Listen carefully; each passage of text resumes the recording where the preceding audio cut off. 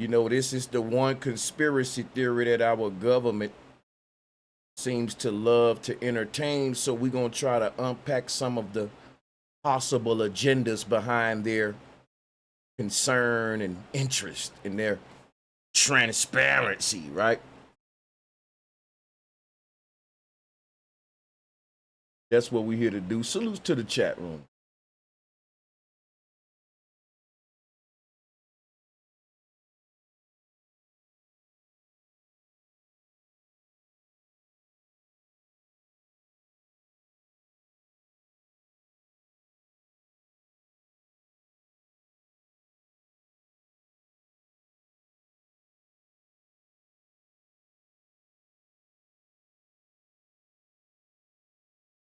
Yeah, welcome back, everybody. Welcome back. We got 80 likes, man. Make sure y'all liking and sharing on your way in. We about to crack this thing off so much. Shout out to everyone in the chat room, man. One thing that stand out to me about this UFO conversation is how quickly people is jumping to the most extreme explanations. You know, one person in particular is Stephen Greer. I don't really want to bring him up that much because even though he's one of the big heads, like the big voices for the UFO community, he haven't made his recent rounds, but he will be. That's why I'm getting ahead of it. But one thing about it is when we see certain stuff in the sky and we automatically think that there's like a green alien from another world. This is a psyop, and we went over this in the previous video, but we're going to go even deeper in this one because people are seeing stuff in the sky that's unidentified, and until we identify it, we got to chill with the green alien from outer space narrative. I think there are more mature and more intelligent explanations for what we see in the sky than green aliens from outer space. And I think the most intelligent explanation is secret advanced government technology being hidden right in front of our faces. For the simple fact that these things are always near military bases and they always seem to be accompanied with fighter jets. And we went over that in the previous one. So people see stuff in the sky they can't explain, and then the government cover up their, because in my opinion, in my theory, I think the government is testing technology. Matter of fact, do I have a poll? Nope, I don't have a poll. Let me give a shout out to Fuzzy Booger, the man, the plan, Sanchez. Shout out to Fuzzy Booger. Shout out to you, FB. Hey, check this out. Let's do a poll, man. I gotta get y'all a poll up. Let me get y'all a poll up.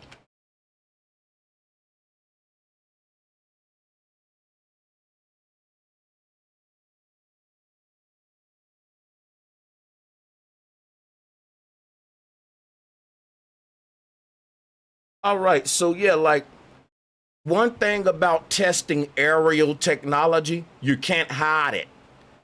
If you're testing aircraft, missiles, or whatever, you can't hide that from nobody because we can see more of the sky than anything, than the ground. So it's hard for you to be testing different technology in the sky without people seeing it. So you need to cover it with something else. When you hide stuff, you don't always cover it with a blanket or cover it in a treasure chest. You can cover it in a conspiracy theory. You can cover it in a narrative, people. You can hide stuff that way too. And things that you cover up with narratives and conspiracy theories are things that you can't cover up physically with blankets, or I can't build it underground, right? So if I got to show something right in front of your face, but I still want to hide it, how do I cover it up? how the government doing with the UFO narrative. They're automatically telling you what you're seeing, and they're getting ahead of it because people are gonna be seeing strange stuff in the sky that they can't explain. And the government already putting out there telling you, this is what you're seeing. Okay, it's not us, right? It's not us, by the way. It's some green aliens from another planet. You see how you hide right in front of people's faces? So now when people look up and see this advanced technology the government testing, they don't think the government. See, they go with the narrative that the government told them to think. People ain't thinking for themselves. The TV thinking for them, the news thinking for them, the popular narrative thinking for them.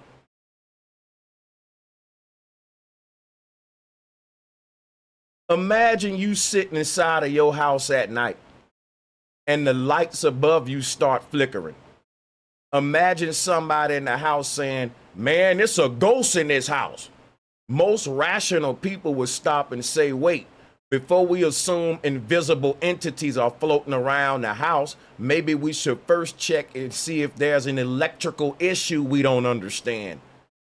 That would be the first logical step. Think technical first, not paranormal or supernatural or out of this world like your alien nuts are doing. So why does that logic suddenly disappear when we talk about strange lights or aerial phenomena in the sky?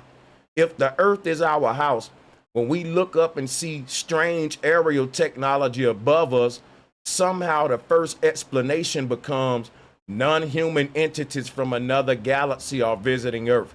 Why jump to invisible extraterrestrial beings before first considering the possibility that we are witnessing technology from human institutions that the public simply does not understand yet?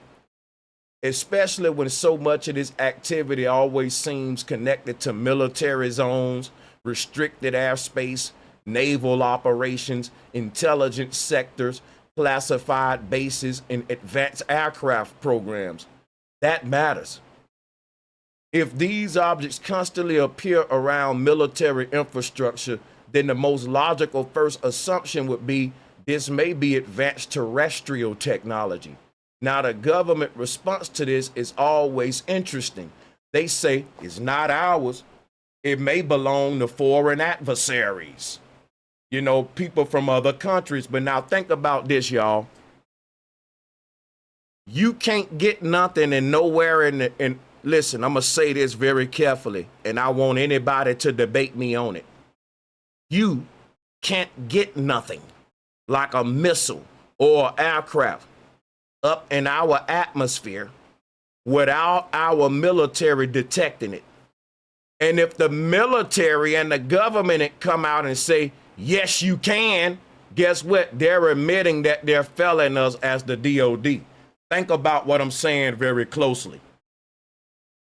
Even think about this. Even if what we see in the sky was a foreign country and the government knew, okay, this stuff may be another country with some technology or spy technology. Guess what? The government will never come out and tell the citizens that. You know why? Because it'll make the military look weak and stupid. Think about that for a second. When would a government ever tell you there's something flying around in our sky and we don't know what it is, and it may be from an enemy of ours? When would they do that? That's stupid. Why would the government admit we getting all this tax money for the DOD, but we letting shit fly around in the sky from China and other countries, and it's so much more advanced than us dumbass Americans? Listen, even if a country thought that was true or knew that was true, they would never admit that kind of defeat to their people.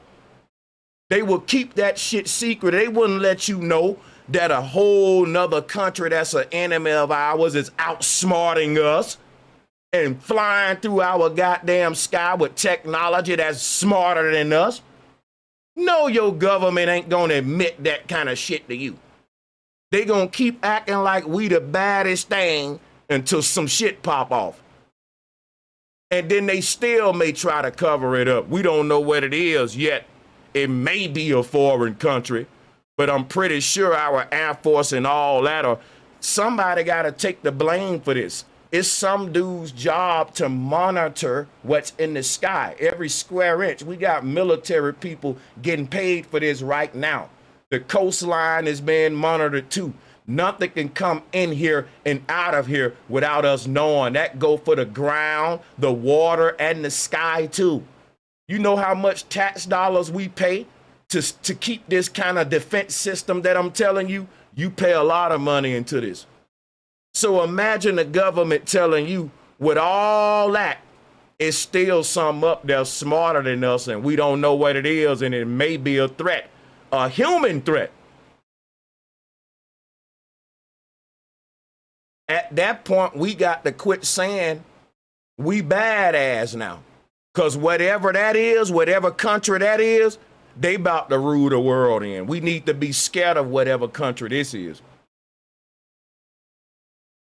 But a government will never admit that, so it's very weird. The only time a government would do that is to cover up something even deeper than that. They rather you think that because think about it. The government need an explanation for why there's something flying around in our sky and they can't shoot it down. They can't catch up with it fast enough. You see what I'm saying? We ain't captured one of these things yet. So the government got to admit to you, yes, you're seeing some stuff up there that's defying physics, but it ain't ours. Well, and we can't shoot it down, and it's smarter than us, it's more advanced than us. Now, why would the government say that? Because if the government is testing some technology that's more advanced than anything we got, and it don't want to shoot down its own technology that it's testing, this would be the perfect cover story. We can't shoot it down. It's outsmarting us. Ooh, it keep getting away. Even though, remember, these UFOs keep crashing everywhere like they drunk pilots. One just crashed here in Vegas in some people's backyard, but yet we can't shoot one of these dumb drunk pilots down. They so dumb, they keep crashing everywhere, but they so advanced, we can't capture one. Let that sink in, y'all. This is a perfect cover story for the government testing advanced technology, and they got their puppets in play. Look at here. Stephen Greer is a face of the cover story. Whenever the government more advanced than y'all think. Y'all playing chess, but the government playing checkers. If you go for surface information and you don't dig deep, you're gonna be in march to the slaughterhouse with the sheeple. You're gonna be moving and reacting off of cover stories, not off truth. And in that type of mental paradigm, nothing makes sense. Your reality is a mystery that's always giving you fear, keeping you reacting. It got you just where they want you. Ignorant, stupid to what's going on, and more easy to control and hand over your rights to an external aerial threat. Because you in fear. It would be the perfect cover story to bring forth the one world order, one world police, one world. It's the humans versus the aliens, right?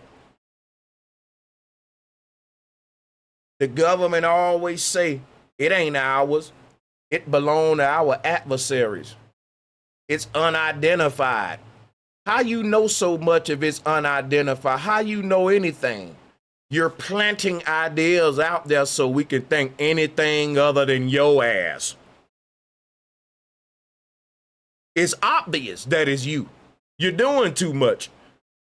We can't identify it. Oh, it's another country. Well, did you identify it? No. How you know it's another country? Well, it's a green man, but we can't identify it.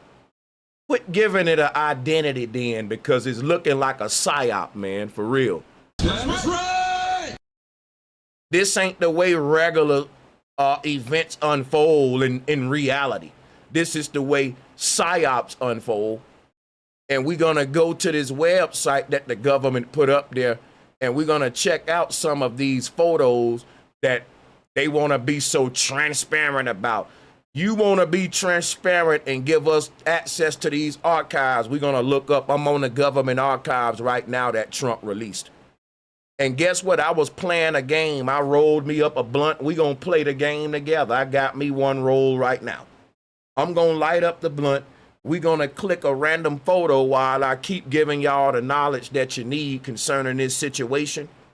And we're gonna look at these photos throughout the website so you can see this is a bunch of blurred bull crap. Just more blurred bull crap. Pick one, anyone. The chances of it not being blurred is very, very high. Let me pick one randomly. What did I tell you? Look at this. Now, I just picked a random one. I didn't rehearse this now. I ain't gonna cheat this game. So here's the first blurred piece of shit. So I'm guessing this is a tree. Again, they keep shooting these. It's like they saying, okay, these are old photos. So we can give them a little excuse for that. But you presenting this shit like, you know what, man, we've been holding on to this for so long, and it's time for us to be transparent. What the hell is this on my desk, man? Get this shit out. What the hell is this bullshit? Like, all this time you waited to release blurred lines.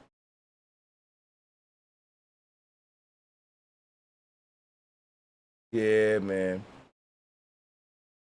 So think about this, if what that would actually mean if all this was true.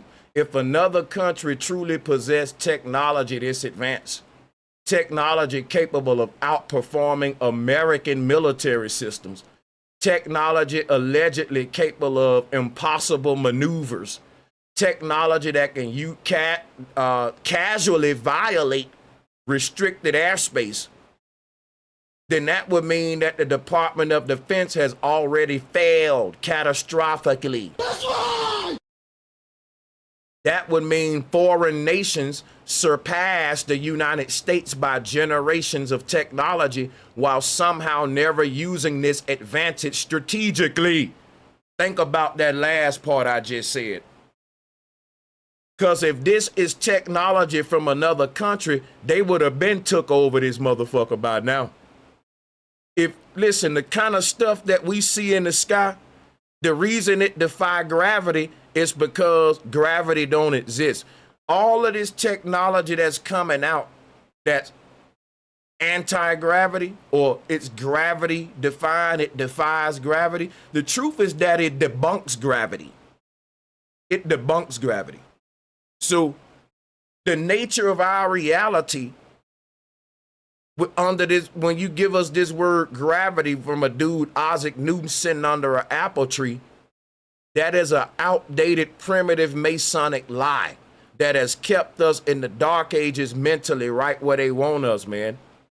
Because the people who know the most about the true nature of this reality can manipulate it the most and create gadgets and technology that you can't create, and you now become a consumer. The inventor, you don't have Nikola Teslas no more. You have a certain corporations and lead the monopoly on technology. And in this competitive monopoly game we live in, ain't nobody celebrating no young geniuses coming up with new shit to make life better, because money comes from making life hard, creating problems so you can be the solution with come and sell us on something. So this is why we seeing a lot of pandemics come up. Problem creation solution. It's called a Hegelian dialectic. Look it up. So does any of this make sense? Other countries got this advanced technology, but they taking their time to take over. They just having fun flying around in our sky right now. If rival nations possess civilization-altering technology, why would they merely fly lights around military bases dramatically instead of dominating worldwide power structures outright? The behavior itself doesn't even align logically with the explanation being given. And maybe the deeper issue is this. What if these objects don't defy gravity at all? What if they actually expose flaws in our understanding of gravity itself, in our understanding of our reality? Maybe we were wrong. Maybe the ancestors were right about the sky being like an ocean.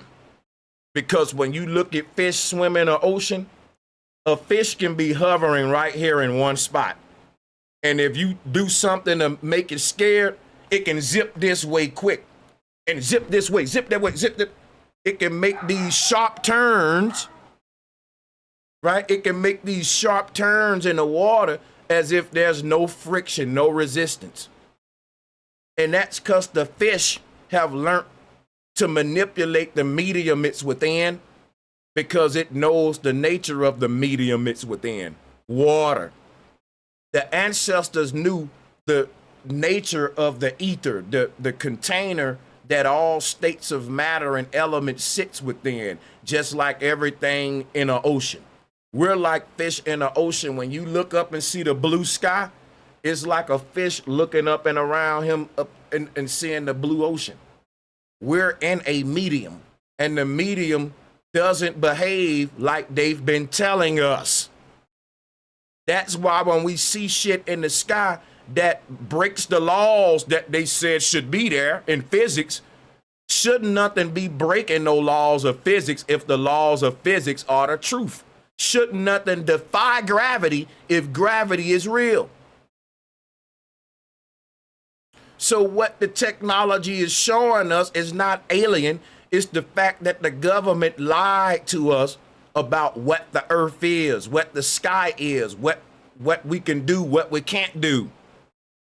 Physics is basically a simulation and a matrix keeping you in a box of possibilities, while they know that the possibilities are crazy with what we can do with technology and how we can manipulate time and space. Even the Mayan, the Olmecs, all of the ancients talked about this. The Egyptians, the Mayans, man, believe it or not, they was already making wormholes and time traveling. But we don't think it's possible because we don't know the true nature of our reality and what time is. We don't understand why we have deja vu. The ancients knew what this place was.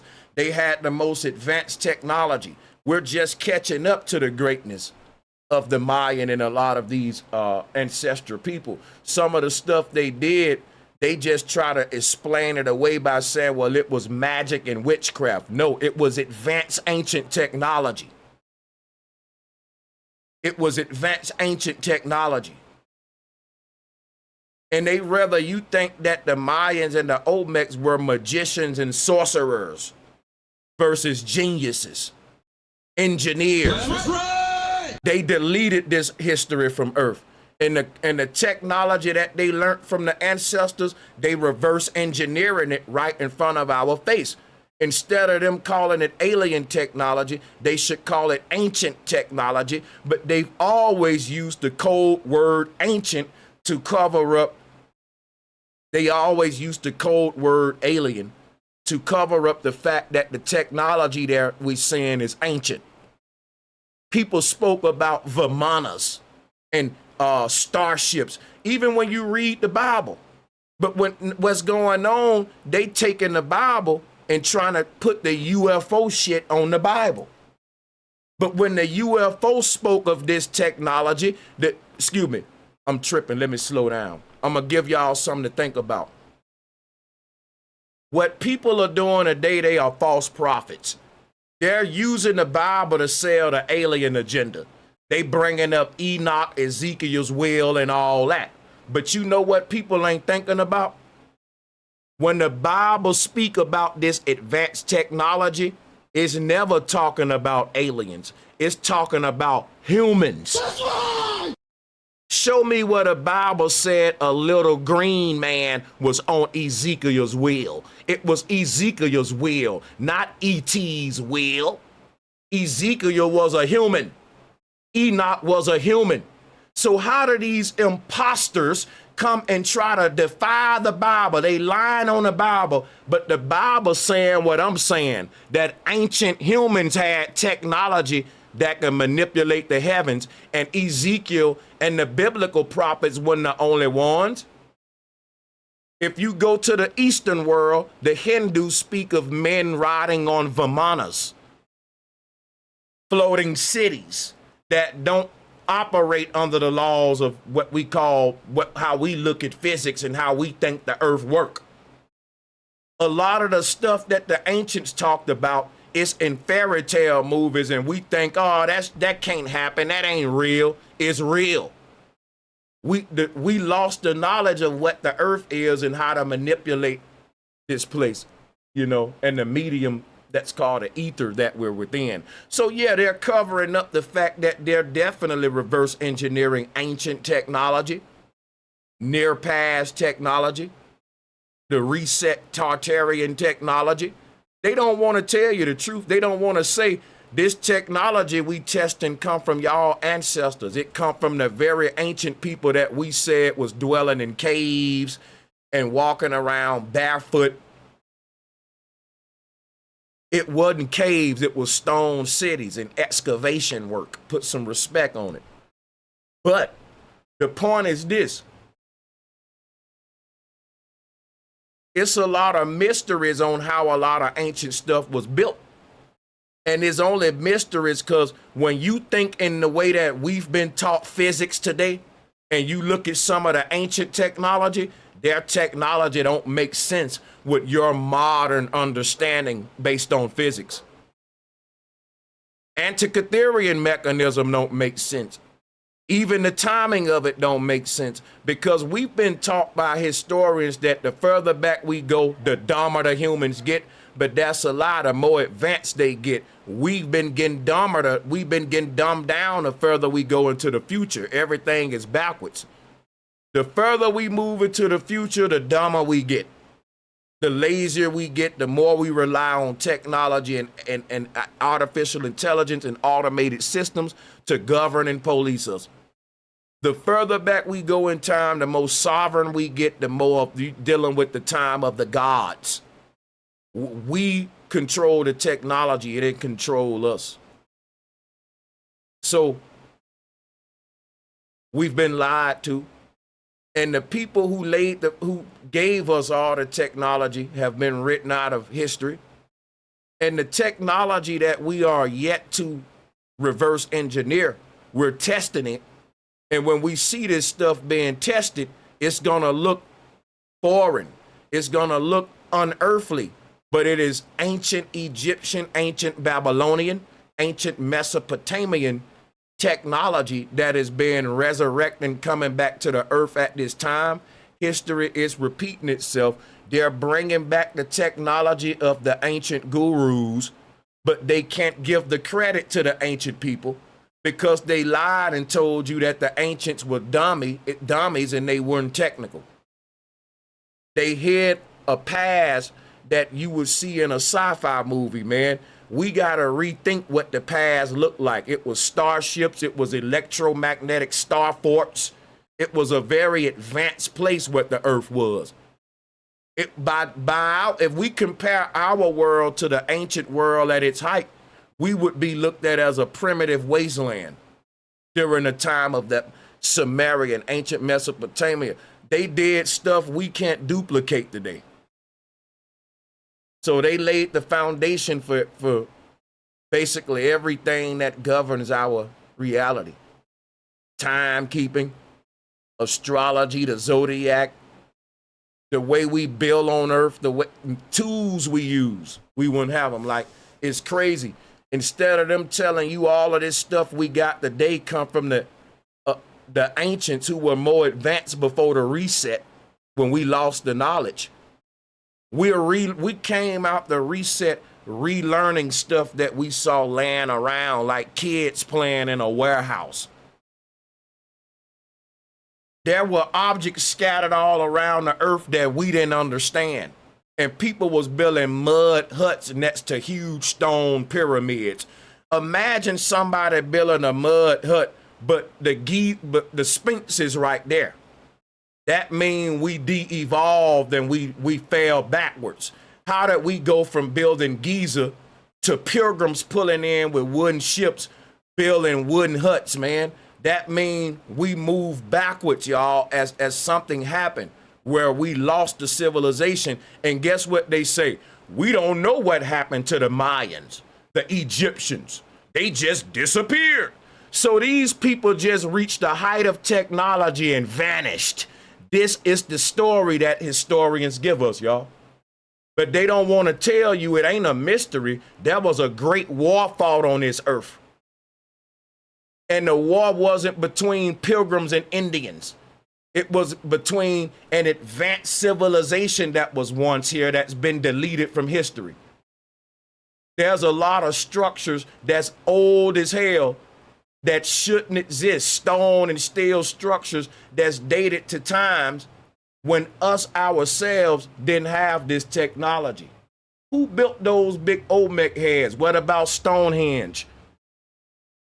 In 1776, we was building wooden huts, y'all, but Stonehenge was still standing. Giza was still there, and you think we getting more better? No, we lost a lot of the technology. We're de-evolving. Something happened on this earth, and we've been de-evolving ever since. And the people that's hiding that from us want to give you technology like iPhones and shit and tell you, oh, we moving forward. Look at this. You got an iPhone, man. You can take a Uber today. Look at how smart we are, and we in the future now, man. Look at here. We got Nintendos and microwave. Man, we are fucking primitive compared to where the Mayan was, the Sumerian was. Let's go to another blurred ass piece of crap. Pick one, anyone, and we're gonna keep teaching while we put up the blurry bullshit. Let's try this one. Okay, I give this one a little props. So far, we one of one. One blurry, one is okay.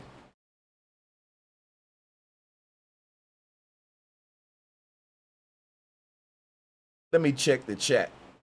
Y'all, I wasn't looking at the chat, just to let you know. So let me make sure I didn't miss anyone's donation.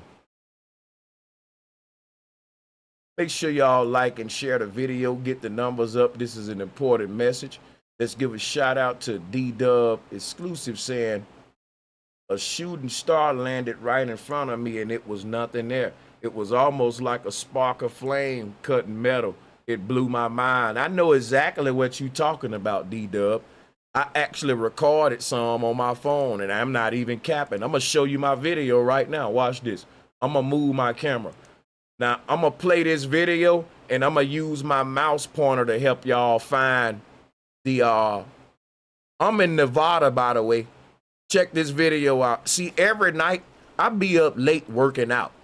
And I smoke my weed, man, and I look up at the sky, and I'm always seeing crazy stuff. But I know it ain't no aliens, though. Check it out.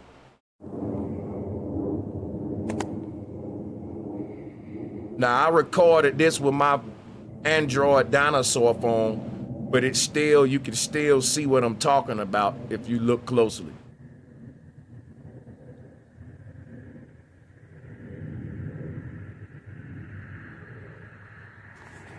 You'll see these little dots, little white lights shooting. That's what the brother talking about. They fade in and out. They get bright, then they fade out. Here go one right here. Look, I want you to look where my mouse pointer at. If you look right here, they kind of faint, but you'll see them. They'll get brighter in a minute. They'll be easier to see. Yeah, here go one right there. Look at here. I recorded one right here. Bro, I see this all the time, what y'all talking about, UAP, UFO, and it don't move like normal stuff. Some of these things can stop, then keep going, then go left, right. I'm telling you. And then guess what's so crazy about it? Right now, you looking at this thing, it'll just disappear. Look at it. It's going, it's vanishing, boom, and it disappear. See, the brother said, man, it looked like a spark or a flame. Bro, these are like little, it looked almost like a spirit. It's damn near, look, I'm gonna play it again. This is a good one. Now, I shot this myself. I see this all the time, and guess what? The crazy thing, they just appear out of nowhere. It ain't like they shoot across the sky, so it's not a shooting star. It just kind of comes into reality. Now, when I did my research about Vimanas, guess what I researched, what a lot of people were saying? This ancient Vimana technology was able to do something that they call phase in and out of physical reality. And I looked that up. I was like exploring that. I was like, what they talking about is able to phase in and out. Y'all remember on X-Men, they had this creature called Nightcrawler. I hate the sound. I'm gonna just say the word, man. People gonna think I'm fucking stupid anyway, so I might as well just say it. People, we got teleportation technology. We got aerial technology that it can manipulate the ether around it to a point where it opens up a stargate, a wormhole. And when we see this stuff fade away, it's literally going into a portal and it's popping out somewhere else. Now, if you watch Star Trek, the Enterprise was able to do this too. So they show us this in the movies too. If you watch Star Trek, the Enterprise was able, when it get up to a real high speed, like we see right here, these things get up to a high speed and they vanish. In Star Trek, the Enterprise get its speed up and it breaks through the fabric of time space. Just like in Back to the Future, when a DeLorean get to a certain speed, it fades out of reality. It goes to parallel reality. See, the Vimana was said to be a time traveling vehicle. These are called starships. And they don't act, and the way we think about rockets and going to space is all bull crap, y'all. It's all bull crap. This the stuff Tesla was talking about too. Let's give a big shout out to Wound Socket Truth Seekers, man. Thank you for the $20 donation. Love you, bro, but the UFO phenomena has been going on since way before there was even the United States of America. When you agree this goes back to ancient times? I don't agree, because in ancient time, here's why I don't agree. When you say UFO, you got to think about what you're saying. Unidentified flying object. The reason I don't agree with you, because the ancients claim to have identified it. It wasn't a mystery with the ancestors. If an ancient Mayan was here right now, they wouldn't look up in the sky and say, that's a green alien. They would say, that's a Vimana. That's a Merkaba. That's a starship. They would tell you this technology is equivalent to what our soul is able to do, pierce through the veil, which is why we see it vanish and disappear. The ancestors studied the sky like every day. They were master geniuses at the sky. There was nothing in the sky that they couldn't identify, man. That's right. It hurt my heart just to even think that you think that the ancients looked up in the sky and saw shit that they didn't know about. We're talking about people that was making predictions about what was going to come across the sky over 26,000 years. Listen to what I'm telling you, Wound Socket. The ancients was making predictions about shooting stars that only shoot every 26,000 years. They knew everything about the sky. When you can tell a motherfucker that a star is gonna shoot across their sky 26,000 years from the day you said it, man, it ain't nothing ain't shit in the sky a mystery to you.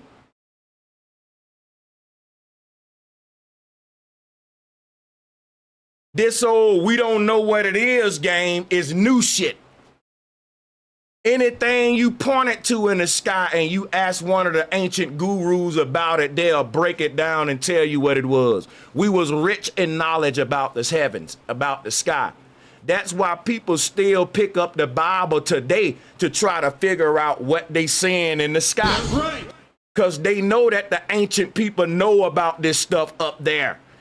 The Enochs, the Ezekiels, the Mayans, the Olmecs, the Egyptians, Sumerian, the Hindus, the Vedics, the people who wrote about the Vamana. They was trying to tell us this stuff so it wouldn't be no mysteries today, so that no one could deceive you today with the we don't know what it is excuse. When we say that the ancient people, that the UFO phenomena is ancient, hell no, it's brand new. Because humans just got dumb as hell. Now we acting like we don't know what we looking at. When you say you, remember it means unidentified. You can pick up ancient texts of people identifying all these objects. They don't want to identify them. They don't want the truth, bro, because they want everybody dumbed down. The ancients had the truth to all this stuff we see in the sky. Even the Bible told you this stuff was coming because it knew that they was going to be reverse engineering this stuff. I'm going to go into that in a future stream, real talk. I got to give a shout out to the Compliment King. And Wound Socket, appreciate the love, man. Good stuff, man. You got me cooking for the people. Appreciate that. Peace, bro, Sanchez. You are appreciated. Back then, maybe of us utilize our sophisticated natural abilities. Today, we have given those same abilities to someone / something else who has put it in external mechanisms. I feel you.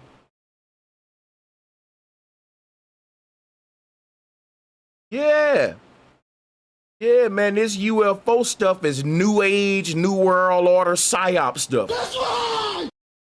People in the ancient world weren't dumb. Wasn't nothing above their head that they didn't yet identify yet. And they don't want to tell you that there are ancient people that spoke about these objects and they described them as advanced spiritual technology, but it's aerial aircraft. But what makes it spiritual is the fact that what we call the spirit realm is the unseen realm. And these vehicles are able to go into the unseen realm by phasing in and out of reality. It's another way of ancient people trying to articulate what we call today wormhole technology, portaling technology. We almost there, where you can walk through a wormhole in New York and be in California in 1 second. So science and physics account for wormholes, but we can't manifest them if we still going under laws like gravity. The laws that they gave us for physics don't allow us to manifest a lot of the advanced technology that we see in the sci-fi movies. They are manifesting that stuff, but they gotta say that ain't us, that's the aliens. Because if they start telling you how they manifesting stuff that can defy gravity, they will have to tell you the truth. We lied about gravity. We lied about what the earth is. We lied about the ether. The truth is, our reality can be pierced through at any point in time. Right now, just think about this, right? Think of a sink full of water. You can stir it up and create a vortex.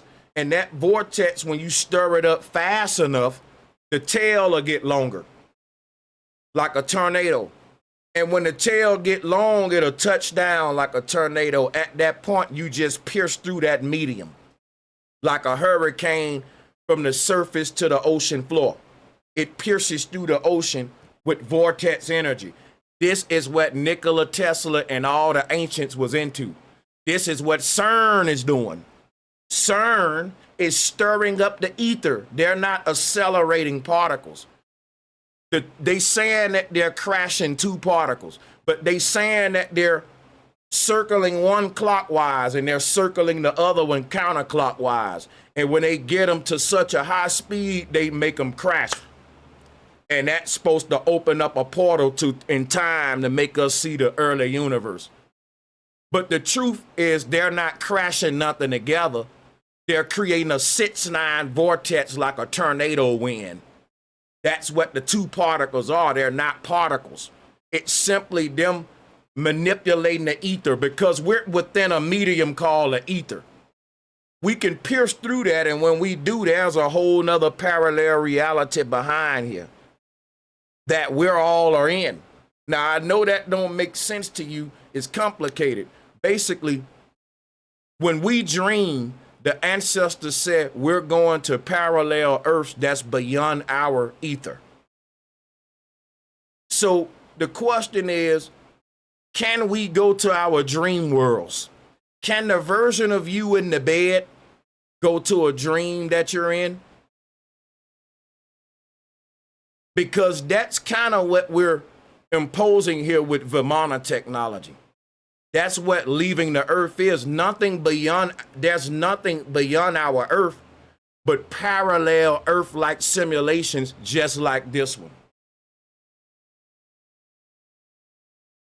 The stars are gateways into parallel realities, and we shift our consciousness through the stars when we dream.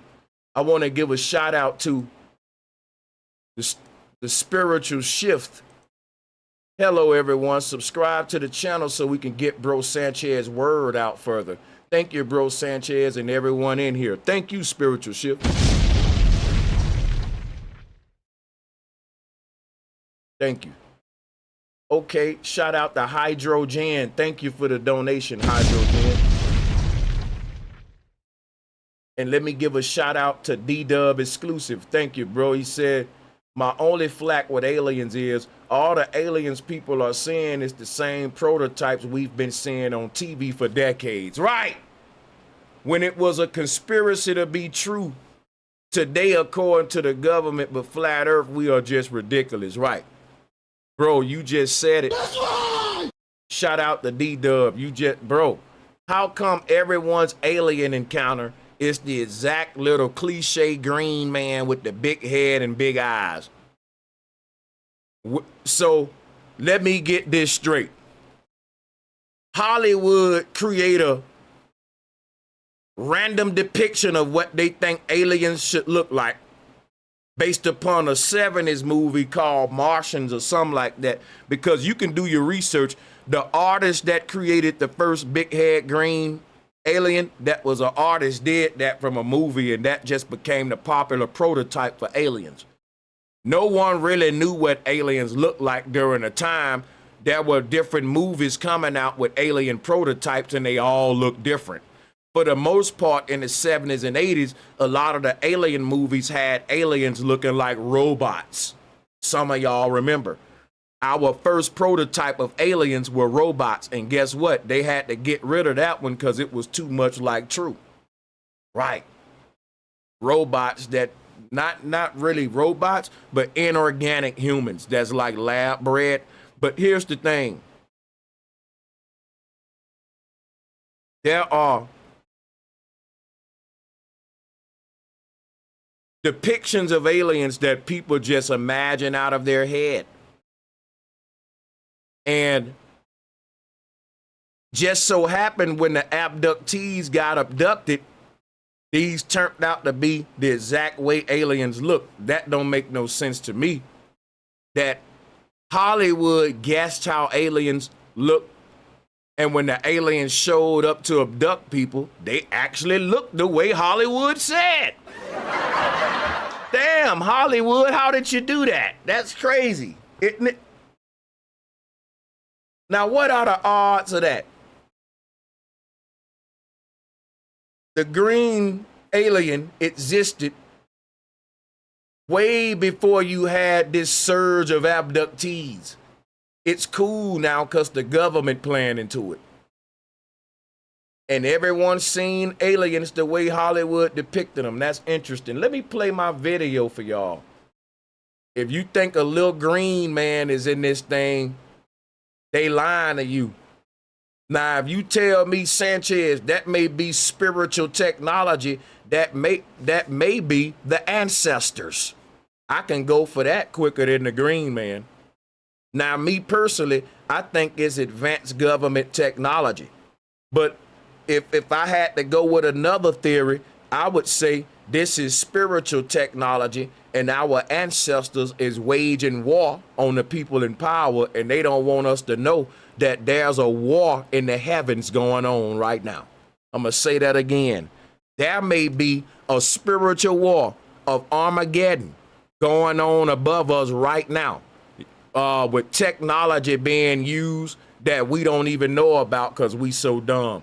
What if the government, the governments of the world are already together waging war, not on aliens, but on our ancestors that are trying to intervene into this earth with spiritual technology and Vimana ships.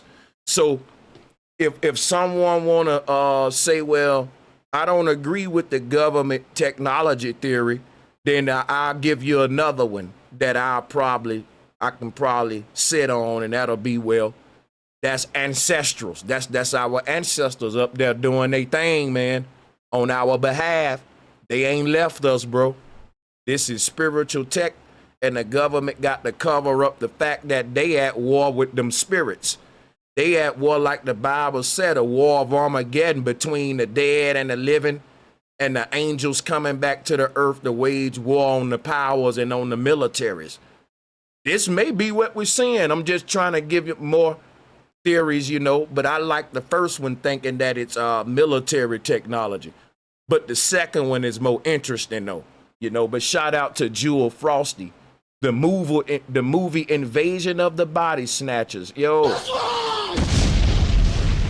Shout out to you, Jewel. Let's play this. We gotta watch that movie.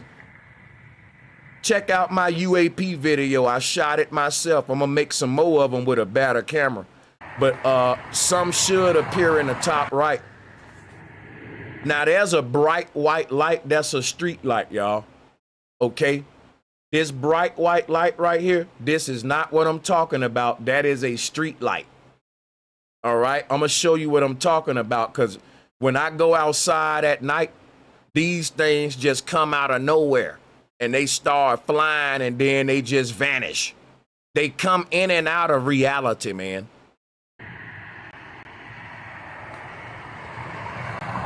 Watch it come in reality. It's gonna pop in. It's just gonna pop out of nowhere. You see it? It's forming right here. Look. Look. It just comes out of nowhere. Because it ain't like it come from across the sky way over here. That's what shooting stars do. You know, they come across the whole sky. These things just, you be outside looking at the sky and it just fucking, it just appear out of nowhere. It just fucking comes out the darkness of the sky, just fades into reality. And just like that, it's gone. I see them all the time. Look at it. You see it? It's gonna vanish in a minute. I'm following it with my mouse cursor. See how it's going away? It's vanishing, see? It's gone. And it's all night, man. They just come in and out. White dots, just bright little white dots, you know, just shooting. And like I say, it ain't a shooting star. It is moving slow as hell. Like it's selling, and then it's weird because it gets bright, then it gets dim, and then it's just weird. They just appear out of nowhere. I'm gonna keep playing it. You're gonna see some more come in.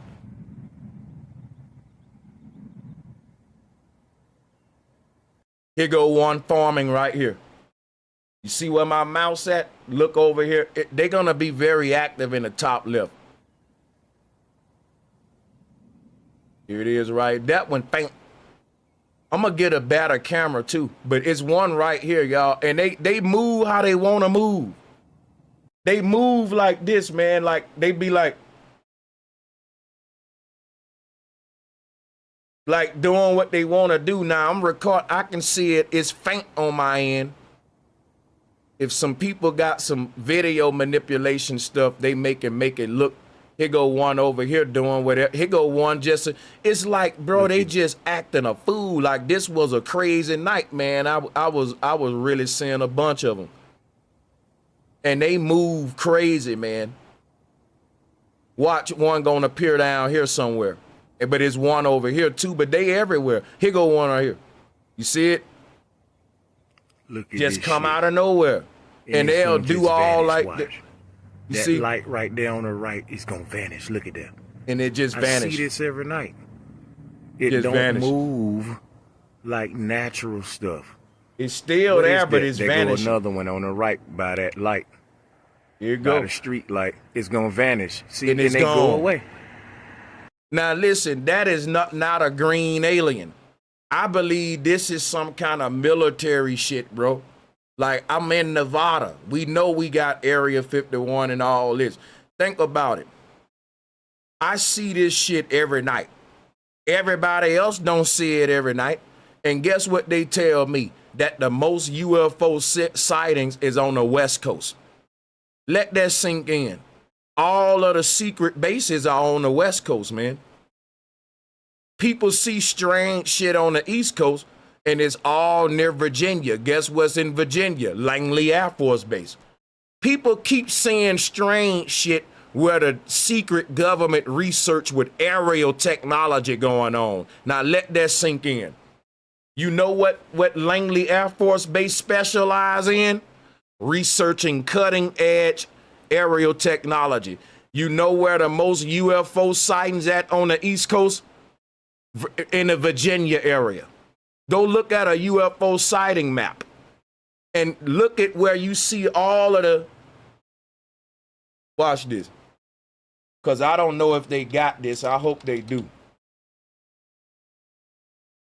All of the sightings is near the bases where they testing the shit at.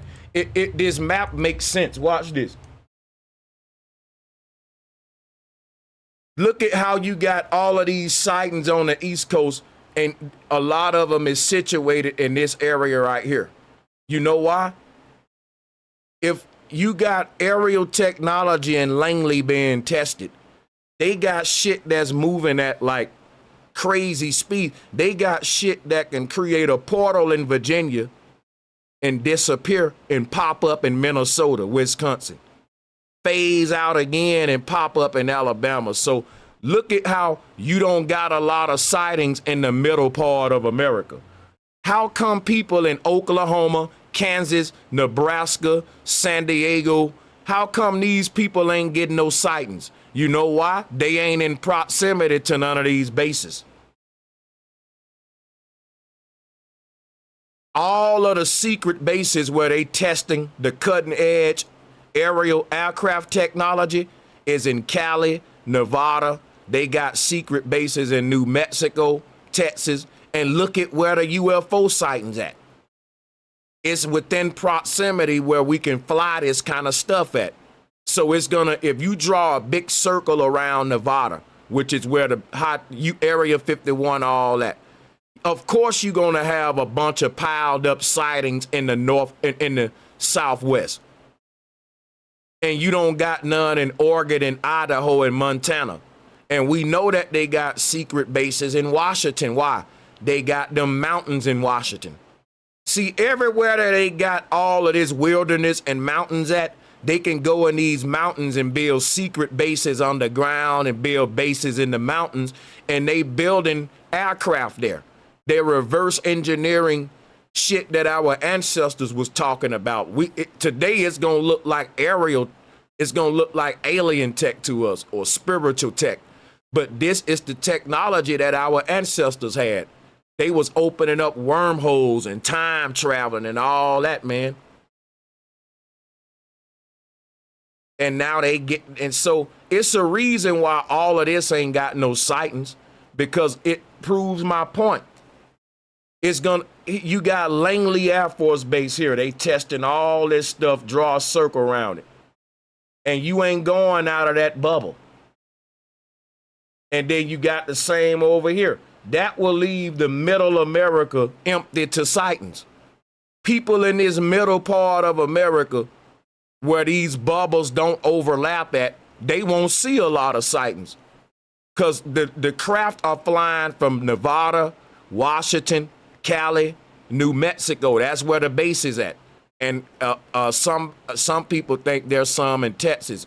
There gotta be, just because Texas big as hell and it got the land for it. So they got these secret bases all in these areas where it's heavy mountains and wilderness at, so they can stay hidden. And you won't get no signals when you get out there. Your ass just come up missing, and because you saw too much. But check this out, right? Same thing on the East Coast. But if you draw a circle here and a circle here, they won't overlap. And it'll leave a big gap in the middle, just like we see here. And this is proof that this is government technology, because if this is a foreign enemy, then why is this enemy interested in our in these particular areas here? The enemy is very selective with where he's been spotted at. You get me? So yeah, this is a bunch of malarkey they telling us, man. Let's go to another photo at this time, man. And let's see, we 101, y'all. Let's pick one, anyone. Let's see what we get. Will it be blurred? Yep, blurred lines. More blurry bullshit, y'all. So far, we 1 of 2. We got one clear one, and we got two blurred ones. So everything I'm pointing out now, this explanation just make most sense than intergalactic beings traveling unimaginable distances just to flash lights around military bases and disappear. Aliens came way to the earth to play peekaboo. Peekaboo. Like when we finally meet the aliens and ask them, yo, what's y'all favorite rap song? They gonna say Peekaboo by Kendrick Lamar. These aliens be playing hide go seek like a motherfucker. We gonna say, what took you so long to greet us? We was playing peekaboo. Peekaboo. Y'all flew this damn far to play peekaboo? Yeah, that's what we play in my home planet. We play peekaboo. Now you see me, now you don't. Yeah, it makes more sense that it's military technology, especially when the same governments claiming confusion are also the governments with the largest black budgets, the most classified programs, the most advanced aerospace sectors, and decades of documented secrecy around military technology. That's right. Come on now.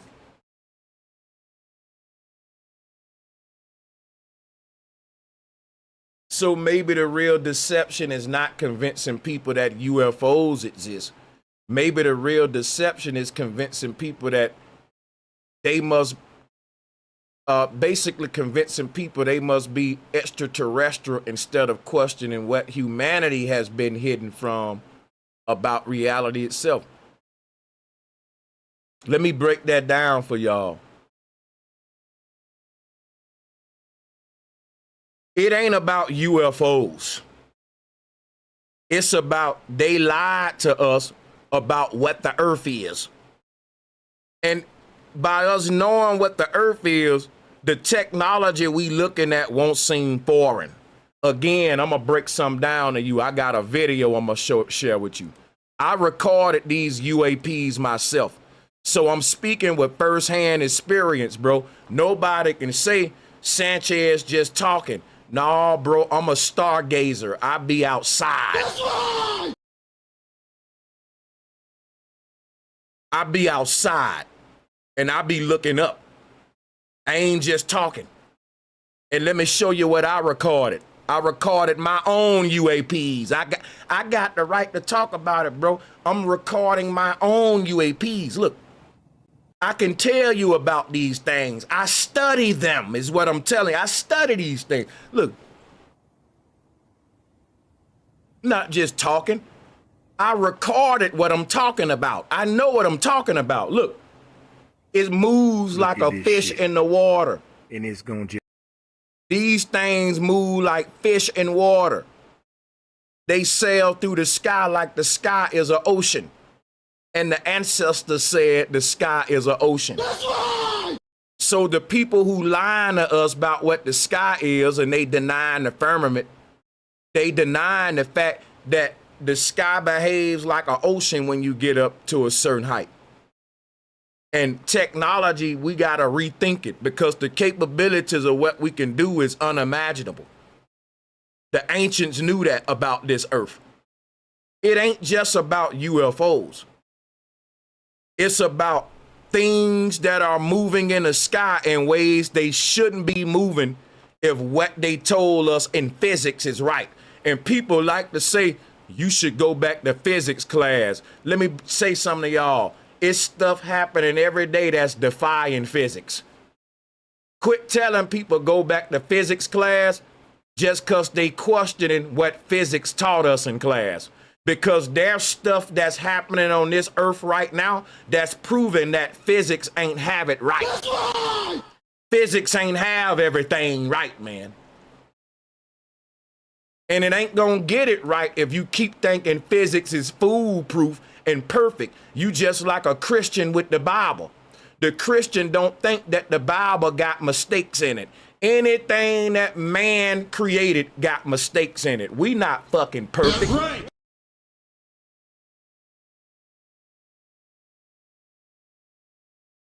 You like a Christian, y'all treat physics like the Bible. It is perfect. It don't need to be fixed. No, we need to constantly question, do we got it right? Especially when you look at this piece of shit world we creating. We don't know it all because the world going to hell in a handbasket. We don't know everything. We ain't got it right, Sway. We ain't got all the answers. We seeing stuff around us that's proving we don't know everything in physics. It's stuff defying gravity every day. Isaac Newton didn't know what the hell he was talking about. But why stuff drops, Sanchez? Because it's falling through a medium. We need to rethink reality. Why does a pebble fall through water? Because gravity pulling it, Sanchez. Why gravity don't pull the bubble then? It let the bubble go up. Isaac Newton had an explanation for why the apple fall, but not an explanation for why the clouds just hovered above his head. He didn't have an explanation for why when you let the balloon go, it go up the opposite way of the apple. Neil deGrasse Tyson dropped the microphone to prove gravity, but why didn't he drop a balloon?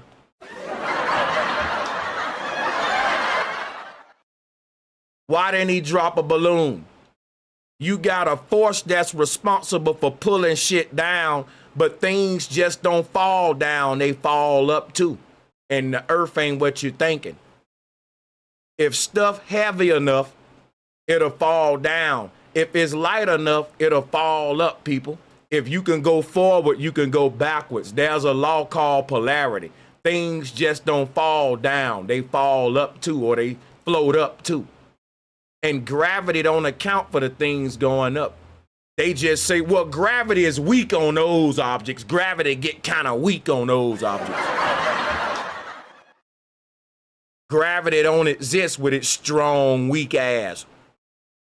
Strong enough to hold all the water to the ocean on the globe Earth, but so weak it can't hold a bubble down. It don't exist, y'all. Things are settling based upon their weight and perspective to the medium they're in. Simple. See how simple that is? You fall through the air because you're heavier than the air. If I fill your ass up with helium, you'll float. If I put enough helium in your body to override your body's density and its mass and how much your body weight, you'll float. I don't gotta put the helium in your body. I can fill up a bunch of helium balloons and strap them to your body and you'll float. They've done this to people too. That was an experiment. A dude floated with balloons. But what that's showing you, if gravity is pulling you down to the ground, how can a man put a bunch of balloons on and float? Oh, well, because gravity weak with balloons, Sanchez. Them balloons too heavy for gravity. But a muscle man ain't. Gravity is so strong, but it's so weak. And I'm not here today to debunk gravity. I'm here today to really show you that the phenomena we looking at in this video, this is not anti-gravity technology. It is debunking gravity. They say, well, man, this technology defy gravity. This technology literally debunks gravity. Nothing should move like this in the sky. Nothing should be able to do this right here.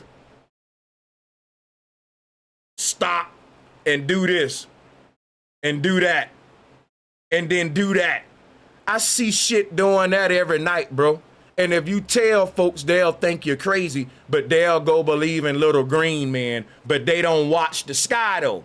They don't be outside. They be at the news though. They be in their house on the damn TV watching the news though, but they don't be outside watching the sky. Because if they did, they would see some of the shit that they trying to pass off as alien technology. And they would see, you know what, man? I don't think this no little green man. Why they won't land this shit and talk to us? Like, come on, bro. This shit, if anything, if it ain't government technology, again, it's ancient technology that the government reverse engineering, or number two, it's some kind of spiritual technology from the other side. And when the Bible was talking about a war of Armageddon on the earth and a war breaking out in the heavens, that may be what we're seeing. We may be seeing living humans wage war against a spiritual. I believe that when we die, we don't really go nowhere. We phase out just like we see this technology doing. Death is literally, we're watching what happened when we die. Watch this. Because I've did a lot of research on this stuff. And this Vimana technology that the Hindu was talking about, it seems as if they reverse engineered the Merkaba, which is what your soul is a starship. And I believe our ancestors were so advanced, they reverse engineered that in the physical world. Because this stuff is man-made, but it operates on a spiritual level. It behaves like a person's soul, if you will. And not only that, it literally looks like your soul too. You can't make this up. I'm gonna show you what the soul is. When the soul leaves the body, it literally manipulates through the sky like these white little balls. So there's a little light within everyone. Everybody that got a soul, you're literally one of these things. You're not an alien. It's not like fallen angels type shit. It's technology that can be reverse engineered on either the spiritual or physical plane. Therefore, it allows this technology to walk in and out of what we call the realm of the dead and the realm of the living. Now, if you're confused with what I'm saying, let's revisit Ezekiel's will in the Bible. What was the purpose of Ezekiel's will? It was to connect the realm of the living with the realm of the dead. Ezekiel's will was not just some physical craft in the sky. It was more of a wormhole and a portal opening in the heavens. I'll show it to you, because they depicted it in a lot of old Christian artwork, and it looks just like a Vimana or a UFO ship. Now look, this is literally what they're calling Ezekiel's wheel. Now you may not understand, what you looking at, but let me help you understand it. I'm gonna show y'all something real quick. Give me a minute. Let me open this thing up. Damn it, my computer love to go slow. All right, let me do this real quick.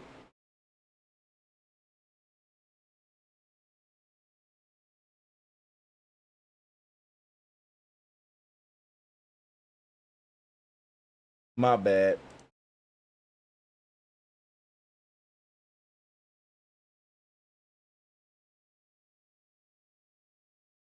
All right, so look, I want to show y'all something.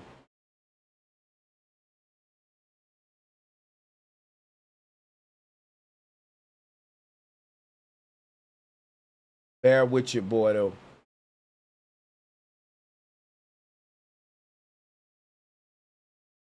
Bear with me.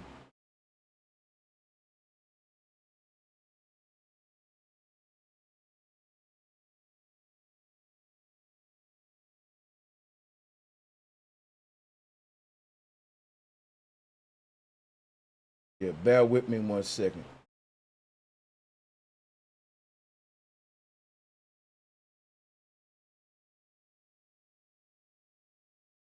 Now, I'm going to show you biblical conceptions of Ezekiel's wheel, and I'm going to compare that to military technology, and it's going to blow you the hell away. That's why I'm going to wait to find. I ain't think of this at first. Now that I'm thinking about it, it's like, yeah, that's a good idea. Hold up.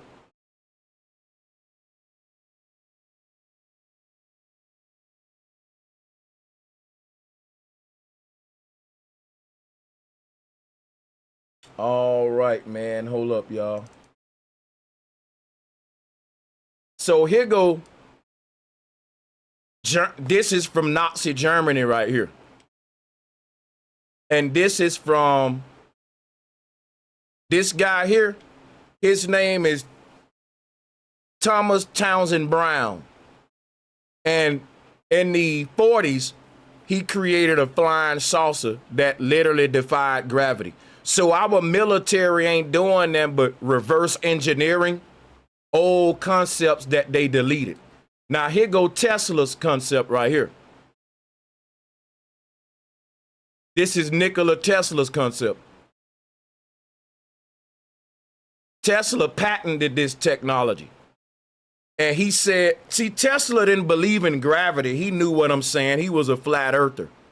But this is, if you would have saw this, you would say, oh, that's an alien aircraft. No, this is Tesla's patent. Now think about this, right? If I'm the people who responsible for Tesla dying, and we stole all Tesla's research, and we reverse engineering it today, of course we would call this a UFO. We wouldn't say, hey, y'all, that's a Tesla aircraft. And we reverse engineering it because we stole his stuff. But see, Tesla didn't create this either. Tesla got this from the ancients. This is called a Vimana. They put this in a movie called Independence Day. How old are y'all? If you watch Independence Day, drop a 1. Here is the vehicle they had in Independence Day. It defied gravity. But here is the idea that Tesla had right here. Look at it. Tesla said that the vehicle he had in mind would not only be the ultimate aerial aircraft, but it would also be a time traveling machine. People thought Tesla was crazy. Tesla knew that the Vimana could phase in and out of reality. Read this. Read this. Read this right here. Tesla said the aircraft that he was designing could time travel. They turned that to the DeLorean. They made a movie called Back to the Future. They turned Tesla's silver craft here into a DeLorean, and they made the doors open up just the way Tesla opened up his shit on his patent. You can't make this up. The DeLorean, when you watching Back to the Future, that's them plagiarizing Tesla's. It was not a car. It was an aircraft, but they made it a car. It was a silver Vermont, and guess what? The doors open up just like on that DeLorean, man. And it looked just like one of these right here, the body of that DeLorean. But they put it in a car style, a little silver car style. But they taken Tesla's time traveling machine. But this is not alien technology. Humans have been designing flying saucers ever since the 40s and 50s and 30s. Watch this. I'm going to share some with y'all. This going to blow you away. Guess when the Frisbee was invented? Sources say anywhere from the 30s to the 50s. Now just let this sink in real quick, right? There's a toy that we use. It's called a Frisbee. It moves through the sky like it's levitating slowly. And gravity should be pulling it down, but it's not. It's just sailing through, slowly cruising. Gravity should just pull that light Frisbee down. But look, the shit we see in the sky is doing the same thing the Frisbee doing. It's sailing through like an ocean, as if we're in an ocean for real. But watch this though. This dude created a levitating flying saucer. Go look it up. His name is Thomas Townsend Brown. He's one of the guys that discovered the Byfield-Brown effect, which is another way of saying the anti-gravity effect in the 30s and 40s, man. This man right here, dude, he's a guru. Let's drop him a bomb. This dude was talking about anti-gravity in the fucking 40s. Y'all late. And he wasn't calling it anti-gravity. He called it the Byfield. He called it the Byfield effect. Go look up the Byfield and Brown effect. People been talking about this stuff, man. And guess what? Today, they're hiding this knowledge under the UFO conspiracy.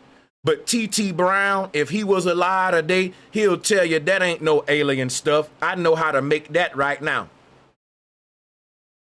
See, the military didn't do nothing but scale up this man's research. And now we see these big ass saucers in the sky. Look at this right here. Look at this right here. Look at the military reverse engineering Mr. Brown's research, but they never taught you about the damn man. Some of you never heard of this man.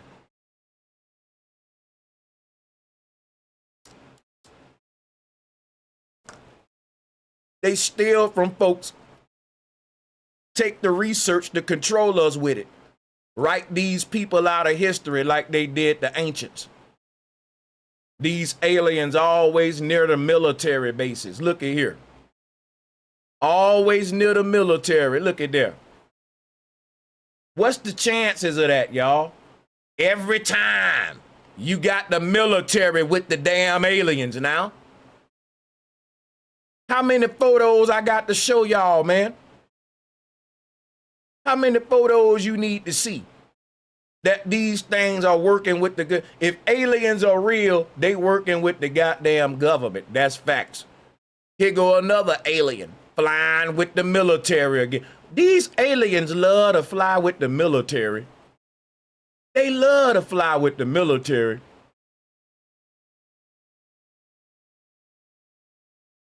So the military is reverse engineering old stuff that they silenced after World War II.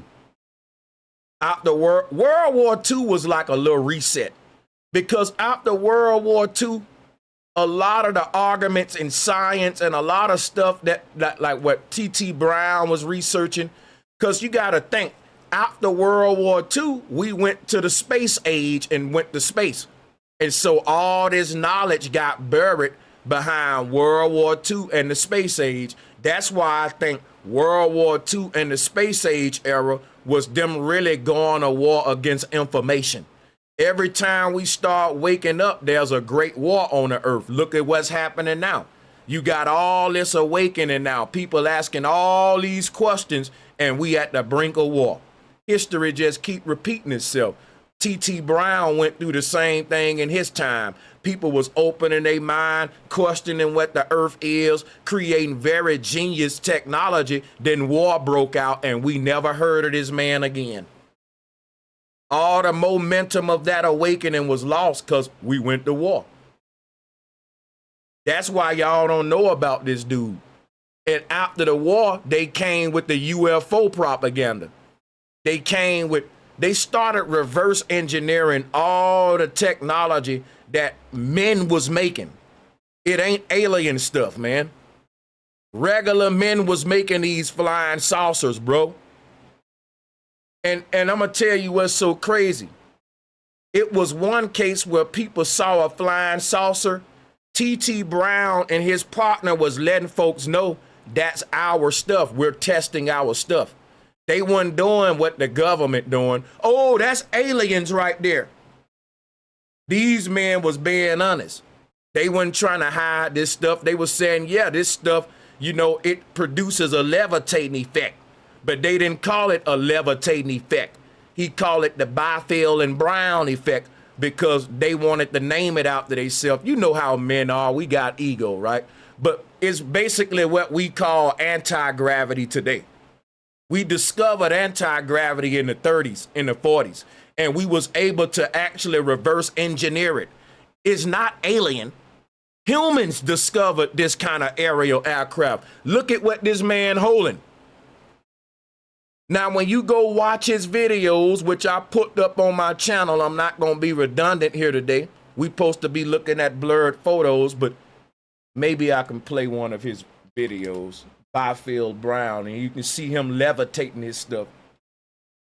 You can see under his effect that he rediscovered, things can levitate under the Byfield Brown effect. Even to this day, people still produce this effect.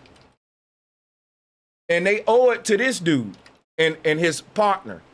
His last name Brown, but the other dude is Mr. Byfield. And when they levitate these objects, they come in the shapes of, show you the shapes of them. All of the alien vehicles shaped like this, a triangle or a saucer. And all of the levitating objects that Mr. Byfield was levitating in his laboratory, guess what they shaped like? Triangle and saucer shape. These were the ideal shapes for levitation. But they're using electricity and electromagnetism to create lift. And that is basically what's called the Byfield Brown effect. People call it anti-gravity, but this man debunked gravity. Let's look at this, the anti-gravity effect. Byfield, what they calling it here? Byfield propulsion. Yeah, his name is T. Townsend Brown. So they know what they talking about. Let's watch it.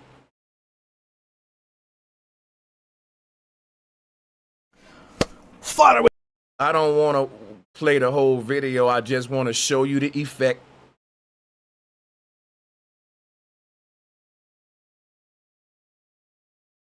Just want to show the effect. Maybe we start here. Attracted to each other and with surprising vigor. For example, you can see the discs physically jumping in unison with the spark gap I made across the power supply leads so that the plates would get dramatic high voltage pulses. This attractive force was especially noticeable when I cut the small disc down even smaller, and with it being so light it was difficult to get it to lay flat on the EVA foam. Yet the moment high voltage was applied, you could see the disc sucking downwards towards the larger disc. The two discs, of course, you've got opposite electrons. You've got a large disc charged with a high negative charge with a large amount of attractive force pulling it towards the smaller disk. The smaller disk also is attracted to the large disk because of its opposite high voltage charge. The tube as a collector plate, such was the case with the lifters. Significant.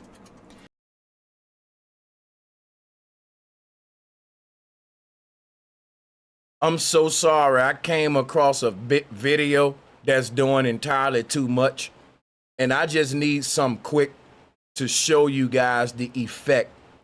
That's it.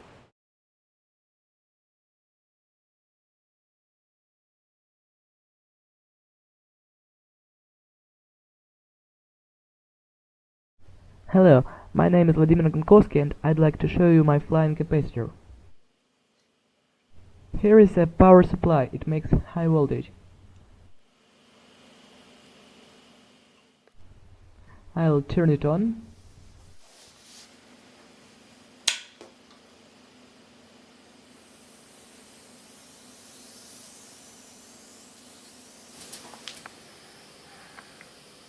Where's gravity at?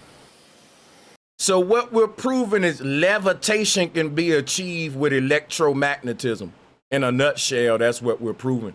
But the thing about this kind of propulsion, when we look at these little examples here, people are using external power to show you how lift can be generated with electricity.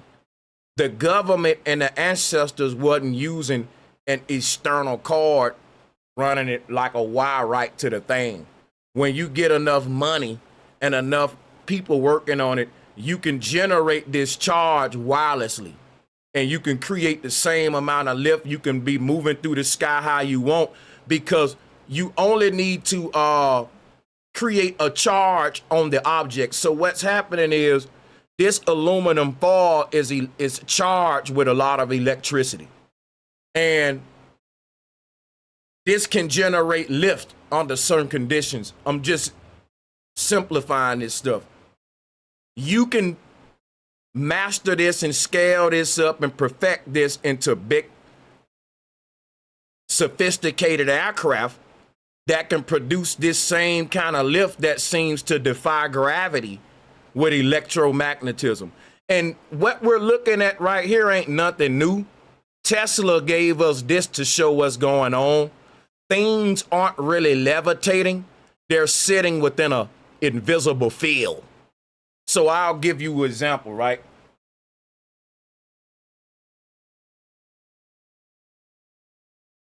When we're looking at these so-called gravity-defying toys, gravity don't exist. We exist within an ocean of energy, an ocean of a primordial ocean, a medium.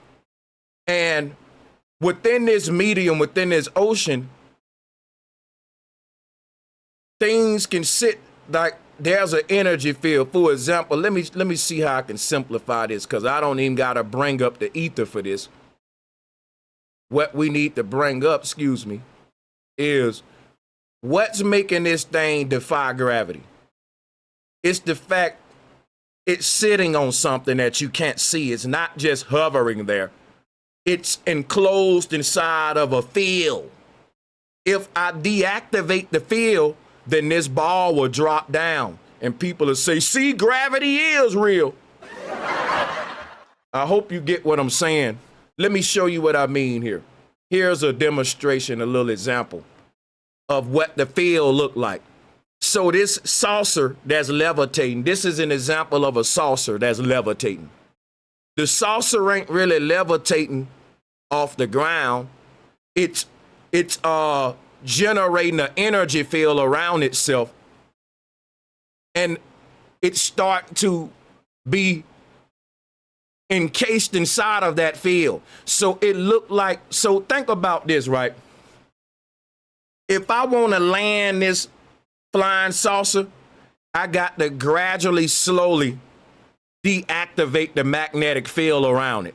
And the smaller this bubble get, the lower this thing will go to the ground. The bigger this bubble get, the higher this thing lift up. Do y'all get what I'm saying? Because what's going on is torque is being generated right here. And the torque that's being generated right here, it is building a field around an object of perpetual energy that's fed right back into the thing to keep propelling it through the ether. This is what we're seeing in the sky. So what we're seeing is a big white ball, but inside of that bubble of light is a saucer. It's a disc like this. It looked like this. When we looking in the sky, we see these white lights, little bubbles, little balls. This is man-made aerial technology, and it's physical and spiritual. Meaning if it get to a high enough speed, it fades out of reality, and the people inside the thing literally teleport. People, there are diaries written on this. There are real whistleblowers that wrote about this stuff.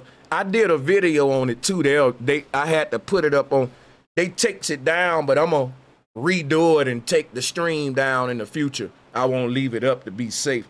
But I got a lot of deep information from different real whistleblowers talking about them seeing this technology with their own eyes. And that they going in these different military hangars and you just see these shits just hovering off the ground like they just locked in air. Imagine that, y'all. Imagine you walking in a big ass military hangar and you see this fancy saucer sitting on nothing. It's just sitting there and nothing, levitating. People wrote about seeing this. They said that the government got this technology in underground bases. Not underground bases, secret hangars is what I'm saying. They probably do got it in underground bases too. Wouldn't put it past them. But the point is, you know, I know they got laboratories that's inside of mountains and shit. They go out there in the wilderness, man. Listen, people don't go out there in these mountains out in Nevada, out in Texas, all that's a death sentence. Yeah, they testing stuff out there, man. New Mexico, hella desert, you know. But the thing is like, this stuff is simple, man. Okay? The bigger the field is, the higher it goes up into the sky. You get what I'm saying? It's like this, right? If I'm sitting on a beach ball, and someone start inflating the beach ball, I'm gonna raise up the more you blow the beach ball up. I'm gonna go higher and higher. And that's what's going on here. The energy field, it gets bigger and it creates lift. It lifts this thing up as the energy field expands. It's like, it's not just sitting in the air on nothing. It's sitting on a field of energy. And the energy is physical. It's just invisible. Energy is physical, but invisible. You ever tried to push two magnets together and they won't go? There's some force there. And that can be, magnetism is the strongest force in the universe. They got magnets out there so big that if you get smushed in between them, you're going to be thinner than a sheet of paper. They got magnets out there. If you get caught in between them, you'll be thin as a sheet of paper. The energy you feeling with these magnets is the strongest force in the universe. Magnetism. And this ball is literally sitting. It's immersed in a field of energy. It's not just hovering in midair. There's an invisible energy field there, and it's locking it in place. Just like this saucer here is showing you what's happening. So the government know about this technology. We've been knowing about it for a while. It don't defy gravity. It proves that the ancestors were wise and that they were always right. But it also proved that it ain't no aliens from another world. It's old ass aerial technology that was laughed at, but now they reverse engineering it, because when T.T. Brown was working on this stuff, the government wasn't getting behind him. They weren't trying to make this popular. The government and mainstream scientists, they looked at this like alternative research. They didn't take this stuff serious. And all the while they was looking at it saying to themselves, we got to stop this and we got to get hold to this technology for ourselves. Because here we are in 2026 and we're seeing this man technology in the damn sky. We're seeing stuff that the ancient people talked about in the sky. People looking up, bringing up the Bible. But the Bible didn't say that aliens was using this technology. The Bible said that man was. You putting words in the Bible mouth. That's right. The Bible ain't said nothing about aliens. It said Ezekiel and Enoch, them as humans. And humans are trying to hide the fact that we smarter than we want the masses to know. And they got pastors coming out saying, this is in the Bible with the aliens. Think about this, right? Look at this right here. This is the most advanced aircraft we got. This is you can't see this in the sky, it's invisible. But a lot of people think that they really got technology that, because this right here is older versions of this, but a lot of people seeing these in the sky and they calling it aliens, but I'm showing you our government got this, man. Let me show you some of this stuff we got, bro. All the time the alien ships are triangle or saucer-like. But this stuff that our government got, and it's one that's so obvious, it's crazy. Let me pull it up real quick. I was saving a lot of these pictures back in the day.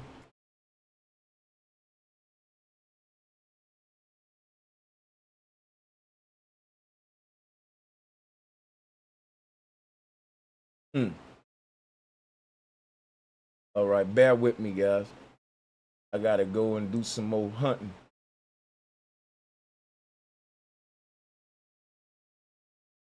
We grab some for y'all that, because I did a lecture on this, and if I find a folder that I use, because I'm kind of unorganized on that, did somebody just send me a cash app? Appreciate that. My phone just made that noise, but I'm gonna read those, and I'm gonna read the chat room and the super chats here in a minute too. I'm trying to do so much, but we ain't gonna miss nobody. I appreciate y'all. Hold up a second.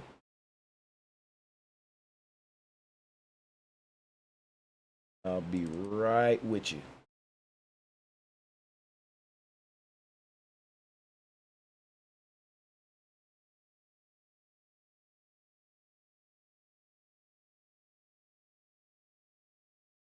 I'm trying to find, because I got some more photos of government aerial aircraft that's weird. Like I got all of these folders of just rare aircraft most folks ain't seen. And I can't find it right now, and it's really messing with me.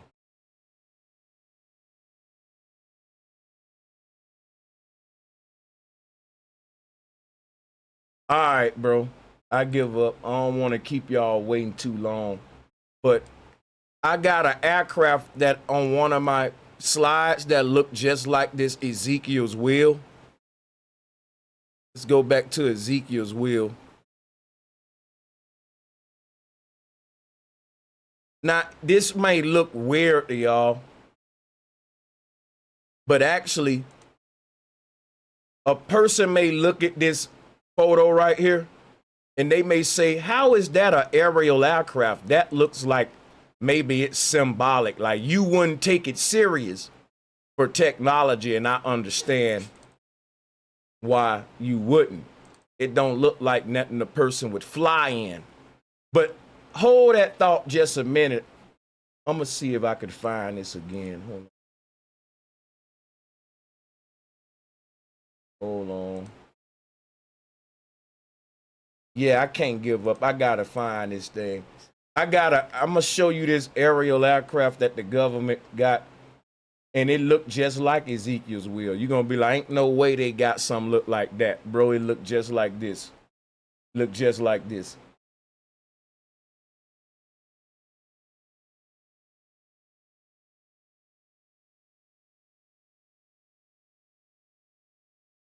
Folder. Yeah, man, I don't know why I can't find it.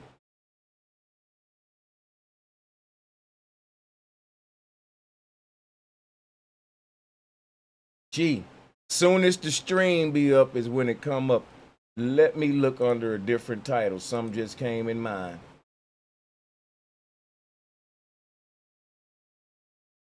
But if I don't find it now, I'll move on.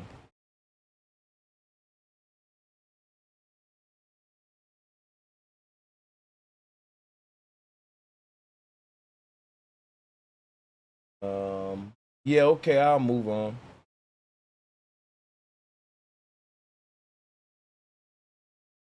But I'm glad I looked in that folder. Look what I found.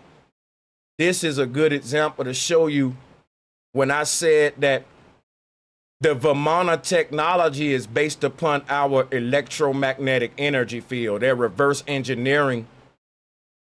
Energy fields can make things levitate.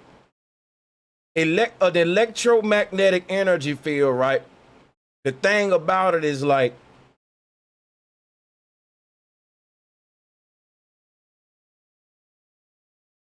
as your energy expands, as your energy field expands, your light ascends.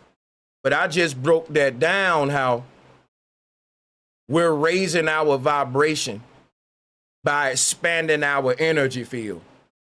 But that whole concept can be turned into technology, and you can make shit levitate when you start just thinking about that concept. Okay, expansion, ascension.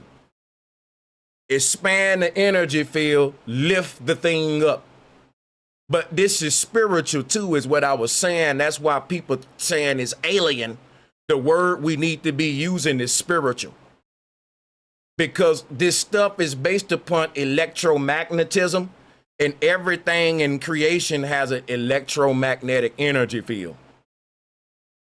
If you was able to manipulate the energy field around your body a certain way, you would technically be able to levitate. Now, a lot of people say, you can levitate. You're looking at objects in the sky defy gravity, but you don't think you can. You don't think it's possible that now, with everything coming out, gravity is just a lie, man. That's why when you tell a person that levitation is possible, they laugh. Because can't none break the law of gravity. Shit, do you look up in the sky? Hey, man, there's airplanes that just sit there and don't fall. All the time, they be stuck in the sky. And I'm telling you, these people got us so dumbed down, they can test certain technology right in front of our face. You can call me dumb. Sanchez, it's a scientific explanation for why that's happening. I just don't know it. Right. You're going to wait for the experts to tell you what to think. Have fun. I'm good.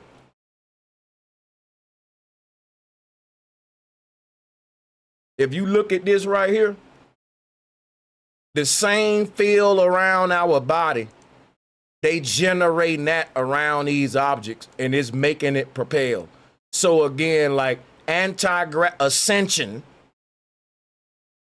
breaking free from the earth and moving in the sky like you do in your dreams is possible. That's why we be dreaming about flying. Because we used to know what we can do on this earth, bro. All of this stuff we think ain't possible, a lot of this shit is possible. I myself laughed at stuff. And the more you learn, the more you stop laughing and you realize, wait a minute, We don't know everything, bro. This earth is magical. And I shouldn't use that word. We use words like magical, alien, when really ain't nothing magical about it, ain't nothing alien about it. We just was lied to about physics, about what earth is and what we can do. That's right. If we was born in a world where we was told the truth since babies, none of this stuff will be alien to us. We'll be like, oh yeah, that's the Byfield Brown effect. But you wouldn't call it that though. You'll say, oh yeah, man, stuff can do that here. But now when we see stuff like that, we be like, whoa, man, did you see that? That's an alien, because us humans can't do that. You falling for the propaganda. Us humans can do that. And you think we can't because you think us humans are bound to certain laws. All of those laws you think we bound to in physics have been broken, which means we've been lied to, man. That's right. Earth ain't what we think it is. We can do things they told us we couldn't do, y'all. It's time to open our minds, man. Hey, let me give a shout out to Chavity. Can somebody please tell me how to search for the skit Bro Sanchez sis as a pimping preacher man? Oh, okay. Maybe I'll share that with y'all, man. You can find that easily. It's on my other channel. Sit Down with Sanchez. That character is called Rem Durong, D-U-R-O-N-G. Just go search. Joshua Tellerton, thank you for the donation. So, my Cash App is $ Bro Sanchez TV. A lot of y'all like to donate on Cash App, and I want to say I appreciate the Cash App donations because Google can't take none of that. So if y'all want to throw me $5 on the Cash App right now instead of the super chat, who got $5 to throw? Yeah, the Google can't take none of that. But so let's go to the next photo. Let's move on. I think we are 2 of 1. Let's see. Is it gonna be a blur? Is it gonna be clear? Let's go to the last one right here.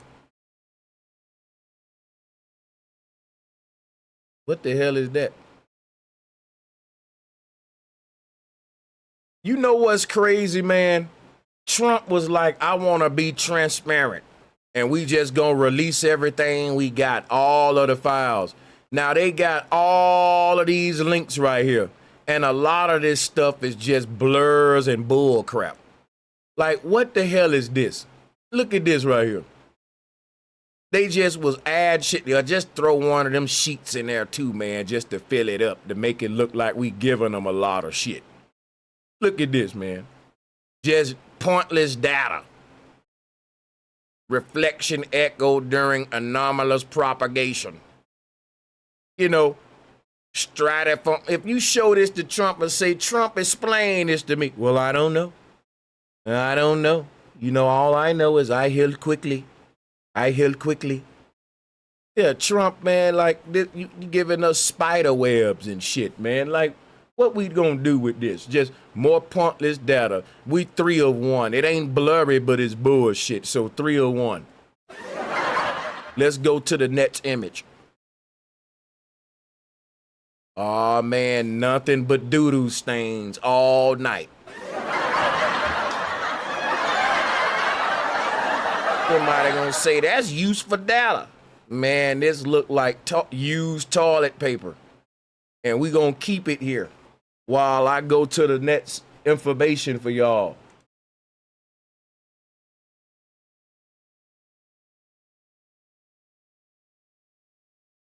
The hell is this right here? They can give y'all anything, man. You don't see all that data, Sanchez? Man, we've been waiting on these files. Give me all this blurry shit.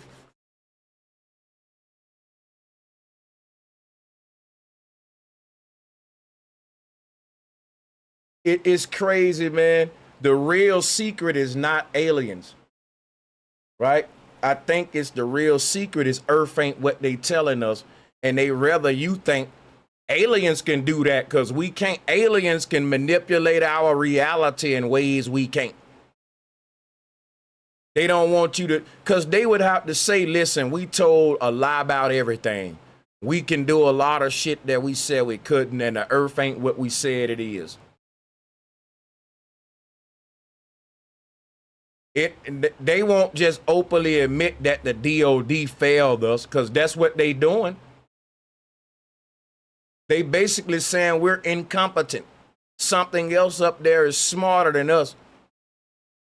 This behavior itself doesn't even align logically with the explanation they give us, because I'm telling you that the deeper issue is this. These objects don't defy gravity, they debunk it. What if they actually expose flaws in our understanding of reality itself? Because notice the language people use. They say, man, this stuff break the laws of physics. It defy gravity. They move in an impossible way. But maybe they only appear impossible because humanity has been taught an incomplete understanding of reality. That's right. Think about that. Throughout history, populations have repeatedly been taught models of reality that later turned out to be incomplete or entirely wrong. So what if the real secret is not aliens, but knowledge? Knowledge about the nature of Earth, knowledge about energy, knowledge about electromagnetism, knowledge about consciousness, knowledge about physics beyond what the public is taught.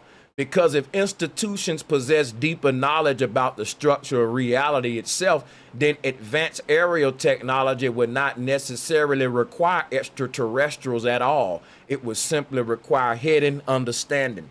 And honestly, that explanation makes far more sense to me than intergalactic beings traveling unimaginable distances just to flash lights around military bases and then disappear.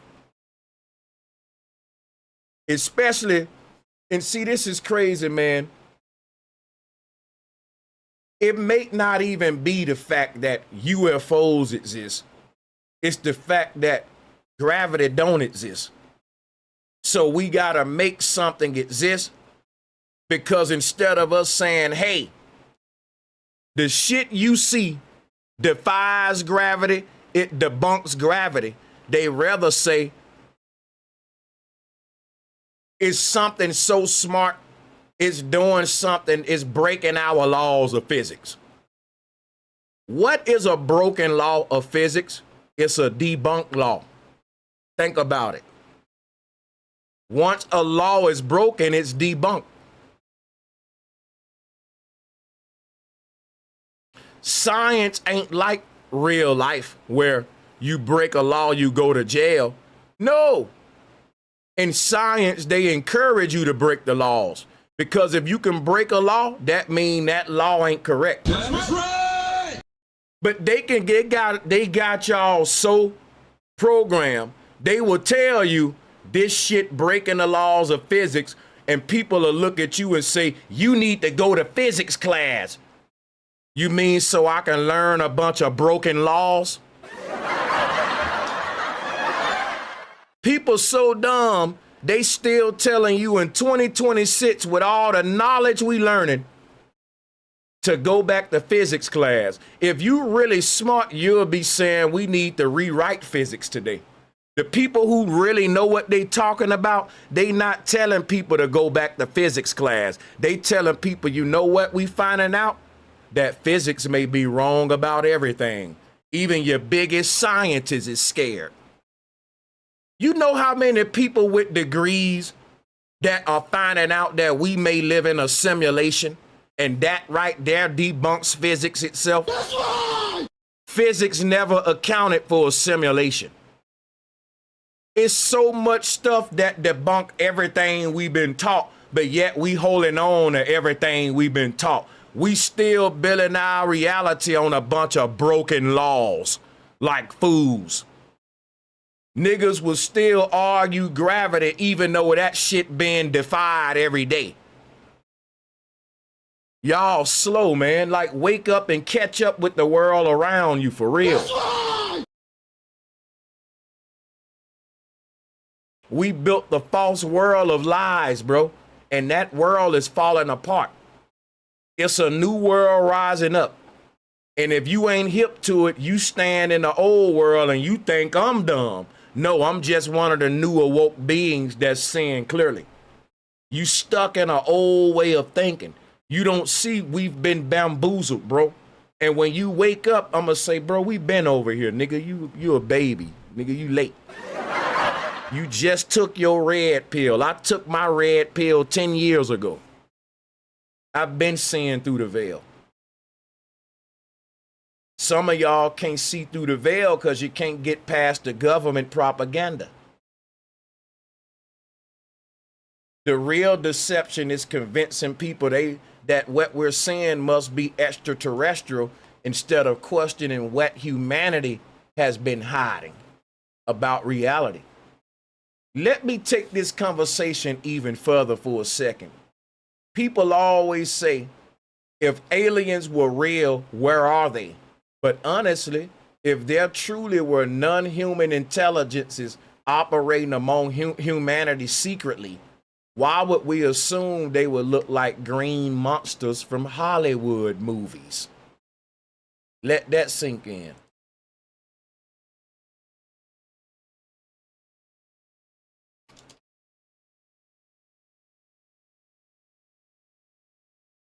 You ever heard of a non-player character? Or NPC?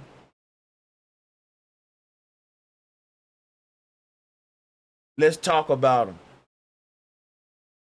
Because if aliens came to the earth, they would be disguised. Think about it, right?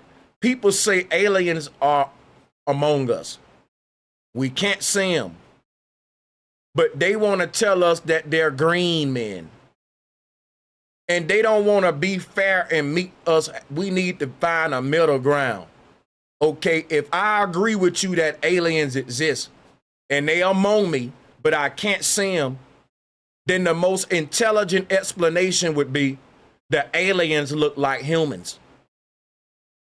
Now, if you tell someone that there are humans that ain't like everyone else, there are humanoids, they are indistinguishable from humans, and that they are among us, they will laugh at you. But them same people will tell you aliens are among us, but we can't see them. They little green men, but they hiding real good. Now, which one make most sense?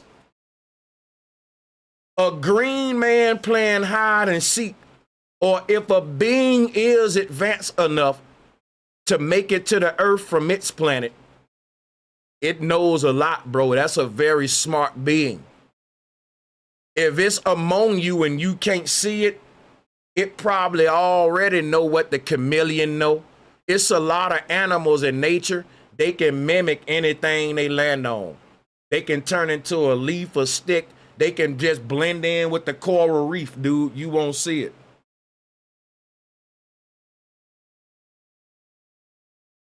I'm saying, if we're gonna agree that aliens is real, and I'm willing to go down that rabbit hole with you, I'm not just gonna, I'm not closed-minded. And I'm not trying to debunk aliens. I'm trying to redefine aliens. I'm not here today to say that the government is running a psyop and aliens is bull crap. Aliens are a lie. I'm not one of them. I'm saying aliens are real, but they don't want you to know what aliens really are. Aliens are artificial humans from the past. Aliens are literally a subspecies of humans that live among humanity. We once called them mankind. But people, we've been manipulating genetics on this earth for a long time. The research just went underground. There was a great war fought on this earth, and everyone want to act like, was it a comet coming out of space that reset it? No, it was carpet bombing. You want to know what the Great War was, the last Great Reset? Because everyone know it had to be some kind of world war and great cataclysm for the populations to go from tens of billions to millions. I'm going to tell you what I think. We reached the height of technology when it comes to genetic manipulation. Samaria, people was making their own animals. They was making freaks. Let me tell you something about the earth, a dark history about this earth that they don't want you to know. I gotta light a blunt for this shit.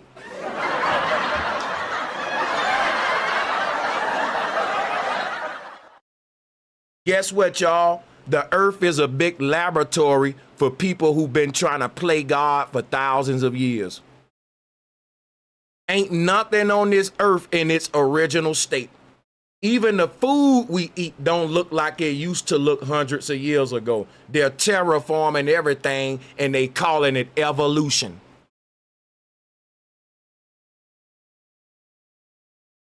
People, this is a big laboratory we living in. And check it out, you the experiment. Over time, shit don't look like it used to look. Everything is going to, eventually we all gonna be transhumans looking like AI.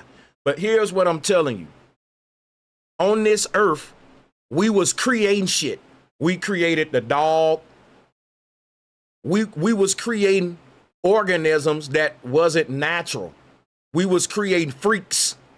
Go watch The Island of Dr. Moreau. The earth was like that for centuries. People was openly just creating their own animals, and you got to ask yourself, were they creating their own human types? Because we growing organisms in petri dishes right now. We growing human parts in petri dishes. There may very well be groups of humans walking among us that aren't literally biologically like us. That is so much can be a reality. Like, it's damn near a 70% chance that that's true, based upon the fact with this question, that our ancestors get smart enough with their knowledge of genetic manipulation to create genetically modified humans. The answer would be yes. Want me to tell you why? We doing that today. We got GMO apples, GMO oranges. If you don't think we got GMO humans, you ain't looked in the mirror. You one of them, bro. We ain't made like the ancestors. Even statistics would tell you men have gotten smaller over time. And even I know that's right, because if you look at these ancient statues and artwork, it's like all the men are fucking, even when you go to these tribes, everybody in shape. It ain't obesity and all that. But that's what I'm saying. Like, men ain't built the same. Everything is getting watered down, bro, on Earth. It's by design. They creating a more controllable organism. Think about this, right? If you want to understand this shit in a simple way, think about what happened to the wolf. These people took the wolf and said, look, I can't control this wolf. This wolf won't sit when I tell it to sit. This wolf won't shit where I tell it to shit. This wolf won't do what I want it to do. So guess what we did? We genetically manipulated the wolf over time, and we made house dogs. Now you gotta understand how man think. Man tells himself when he go in the jungle, I'm gonna make my own type of eagle. There are several types of fish right now swimming in the water that are man-made patents. Your world is a lie, it's a simulation. Just think about that. Bill Gates released 20 billion, how many mosquitoes he released in Florida? Artificial organisms. And you know they're gonna breed with the real ones. The Bible taught us about this. It told you that the sons of man, the sons of God made it with the daughters of man. The sons of the gods were the laboratory organisms that was created by the geniuses, the scientists, like Yakub. But see, I don't agree with the Yakub theory because it waters it down and say, well, this is where white people were created. Bro, it's so many different groups of people was created artificially. We're even a GMO human. Let that sink in. If you're born in today's world, you're not born like the natural humans that walk this earth. We're like hybrids, bro. We've been modified. So it's crazy because when you let all this sink in, right? You see, it was never about green aliens. It was about the original humans versus non-original humans. That's right. The non-original humans run the world, and the original humans are at the bottom. There was a time on earth where man ruled above mankind. And you know what happened? Man and mankind went to war. Imagine if all the dogs go to war with all the wolves. Who would win? Because I'm going to tell you something right now. Man is civilized. We created animals in laboratories. In other words, y'all, we had become domesticated, or what we call civilized. But we bred a different kind of human that wasn't civilized because his blood, when you start mixing human DNA with different animals and shit, then humans start acting like the beast of the field. And those humans, we don't even call them humans. We say that man is an animal. Today, when we look at people do a barbaric action, we say he's an animal. That's come from our old memory, bro. We know that every human ain't real human. Some of these humans ain't gods. They live in the animal kingdom. You had two kind of humans on earth. You had the humans that lived in sophisticated stone dwellings, and they operated on a domesticated, controlled behavior. In other words, we were like a house dog. We were living in these utopias that wasn't savage. We had a moral code and a spiritual system where we was domesticated.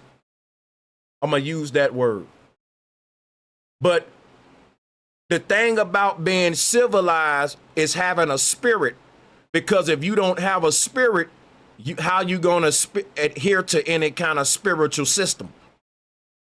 When we start making Frankenstein humans, these humans didn't have no spirit. So they wasn't bound to the law, because the law was a spiritual law. We had a spiritual system.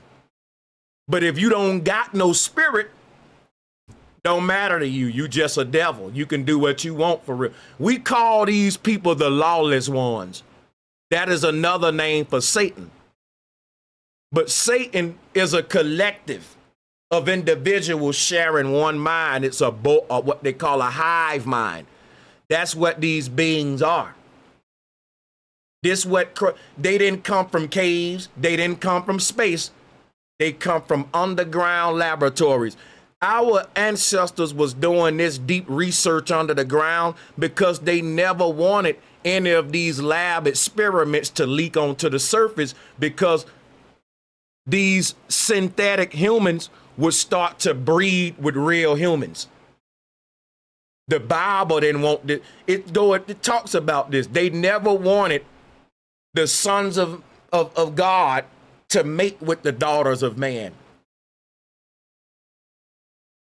The sons of God are the humans that are what? Manufactured. Some of us are born, and by birthright, we're linked to land and a womb from our mother. We come from a womb and a land, giving us a lineage, which makes us indigenous to the land by birthright. We tied to the land by birth.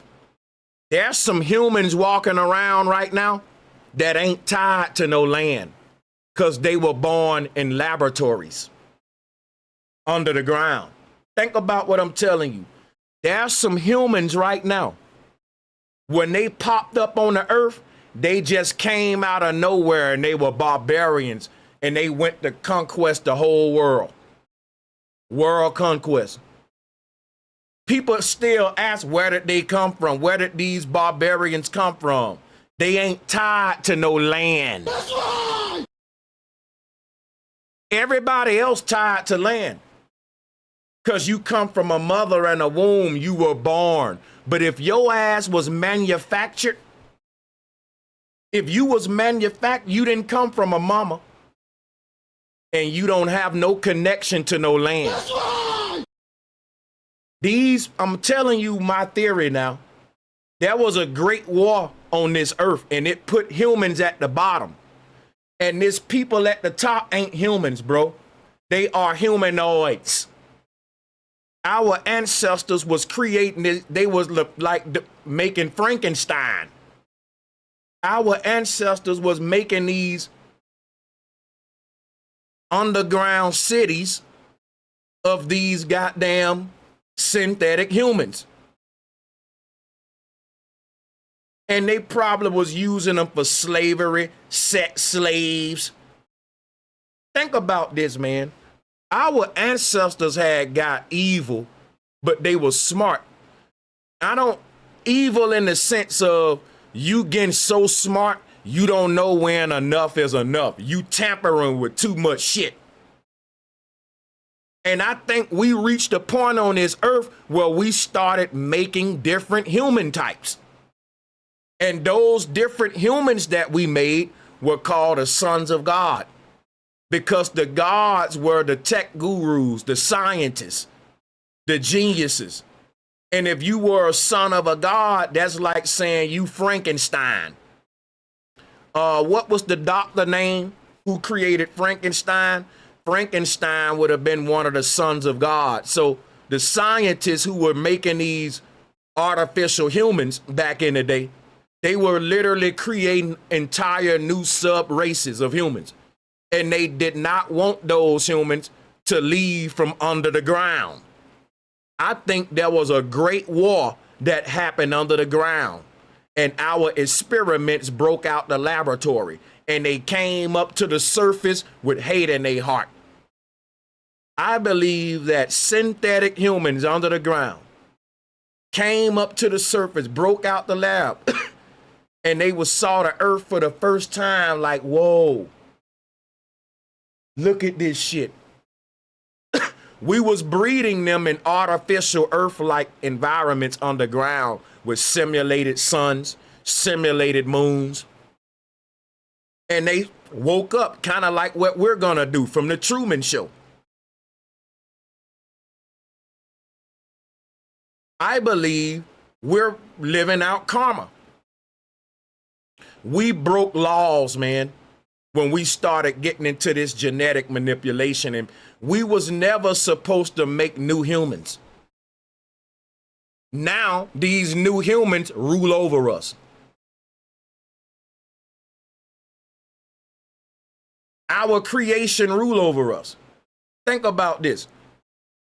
They got a movie called The Island of Dr. Moreau. It'll tell you this same story I'm telling you. Go watch it. If you want to see what I'm saying now in a movie. This man had a whole island where he created his whole human race. And they were looked at ugly as hell. He was breeding them with lions and tigers and shit, making freaks. And they was his slaves. He was mating with them and all that. This man was sick. But he was his God, though, in his little world. But in order for him to keep that, he had to lie to these creatures about what the ocean was. And what he had to tell them, if you ever leave an island, you gonna die now. But the creatures was like, he's lying to us, man. There's something out there. And guess what? At the end of the movie, the synthetic humans, they killed they creator. And they start making it off the island and the movie end. But the movie let you know these non-humans are now going to infiltrate the regular world and blend in with us. I wish they would have made another one. But it's a good movie, but it ain't accurate because the humans look so much like us, we can't tell the difference. And if they break out from them underground labs, guess what? They'll take over because they are not bound to the law. We are. Only people that born from a mother got a soul. And these humans that we had created in laboratories, they didn't have a soul. They had a brain, they could understand, they can be programmed. They couldn't think for themselves. Like, it's weird. It's kind of like a beehive where no bee in the hive have an individual thinking. Every bee in the hive is just a drone for the queen. The only person doing any thinking inside the hive is the queen. And everyone else is just like a vessel she using. Like, they are her drones. I don't know if y'all know that, but a beehive is very crazy. That's why we call it a hive mind. A hive mind. And I'm telling you that these creatures, these other humans that look just like us, by them not having an individual consciousness, they all are like bees in a bee. They're like empty drones. So anything can be implanted in them like an AI robot. Like how the queen does her workers and drones, right? So they're receiving a signal from the queen. The queen don't never gotta move because the queen got other bodies she moved through. See, the earliest symbols of Christianity was a beehive. That's why the God of the Bible say, let my Holy Ghost possess you. Let my spirit enter in you and take control over you. Let my will be done in your body. Why would the true creator give you a mind of your own just so you cannot use your mind and let something else control you like a zombie? Because that religion was never made for gods. It was made for servants. The law is written in our heart. We got a consciousness. You know when you do wrong because you can feel it. But somebody without a soul, we had to sit there and write they dumb ass as a bunch of rules. Thou can't kill. Thou shouldn't steal. Thou shouldn't be doing that. Bro, we made the religion for mankind. Us gods, we was never religious. We was spiritual. Because we got a spirit. The people that didn't have a spirit, they had a religion, which was a system to tell them, don't do this and do that, because they didn't have a consciousness. They don't feel guilty when they do wrong. They don't have nothing that makes them feel bad because they just done something wrong. A creature like that is dangerous because they can do some bad things without feeling guilty. And that's why they took over the world. People ask me all the time, Sanchez, if we were so smart, how did they take over and we didn't? It's hard to win a fight against a person and you fighting by the rules and they ain't fighting by the rules. They picking up weapons, they throwing cheap shots, and you got soft gloves on playing by the rules. How you gonna win? How you gonna win as a spiritual being against a person without a soul? Because these people can do things to you and not feel nothing.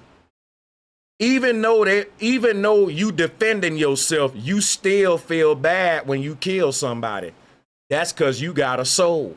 Now, the beings that took over the world, they think that our soul is a weakness. They think that they're superior to us because we're bound to the law. But here's why we're stronger. We can't die. We're immortal. We can transcend the earth and they can't. They're bound here. They recess here. But this is relevant to the alien conversation.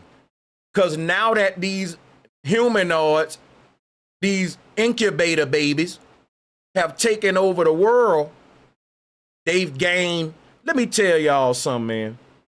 These people ain't got no rights to the land because they wasn't born on the land. Don't you know if you born in an underground military base, you technically born nowhere? You got to be born on the surface of the earth, man. That's right. That's the way that shit is written by law. That's why it's called a country.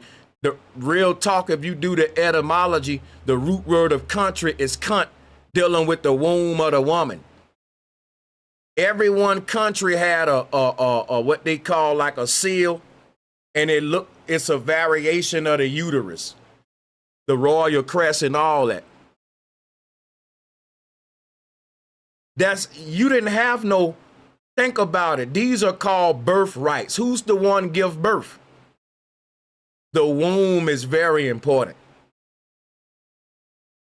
If you came to the earth through the womb of a woman, it makes you a god. That's right. And I gotta say that because there are some humans here. They didn't come out of a woman's womb, people. They were grown in a fucking big petri dish, like a big swimming pool, about the size of this room, but it's like a big cosmic slop. People, they growing all kind of organs and limbs in petri dishes. You don't tell me they can grow a full fuck. This petri dish ain't nothing but a synthetic fetal bag. It got everything in it for a little human to form. But is that little motherfucker gonna have a soul? Because they got the perfect biological conditions that's imitating just like what it was when we was born from our mama fetal bag. But it's cheating. It's done in a synthetic way. This what the Egyptians was doing. The Sumerians, all of them. Bro, it's entire races of humans walking around. They know that they ass ain't got no souls. And they don't want to blend in too deep. Like, they secretive. They know that, okay, they can have sex with us, but you ain't going to get them pregnant. You going to wonder, like, these beings, right? They can only reproduce with each other. That's why y'all think, oh, the rich people be practicing incest. Oh, the rich people, they only have sex with their family members. Bro, you don't really know what's going on for real. They don't have family members.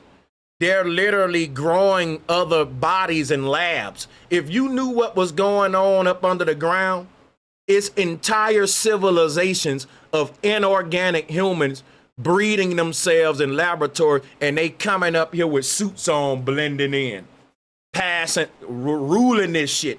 We think they're like us, but they ain't like us. And they got to give us the UFO shit to make us be thrown off on what the real aliens is. And hold on a second. Hold up, y'all. Hold on.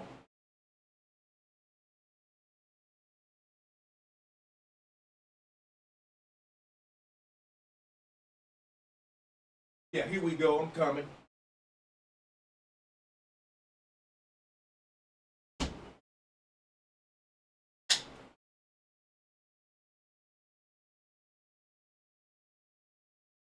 I ain't going nowhere. I had to let my little chihuahua out. Man, listen here, man. Let me tell y'all something funny, man. I bought a seat cushion, right? And look, I bought this seat cushion because, and now this is the funny part right here. I bought this seat cushion because when I be on here doing these live streams for like 3-4 hours, I'm gonna be honest. A nigga, I shouldn't say that. put it like this. My groin area and all this gets very sweaty. And I shouldn't be saying this. But check this out. These things supposed to have cooling. It's supposed to be when you sit on this, you stay cool. Yeah, if you sit down in these chairs for hours, man, this shit gets sweated and hot. Hey, listen here. These are good investment. Guess what though? This is bull crap. This is bull crap, folks. And they've got the good ratings and all that, but it's hot. It gets hot. Sorry, y'all. I had to break. Why I'm telling my personal business like that? But I did because I don't want to sit down and I kind of want to do this and let my motherfucking chair cool off.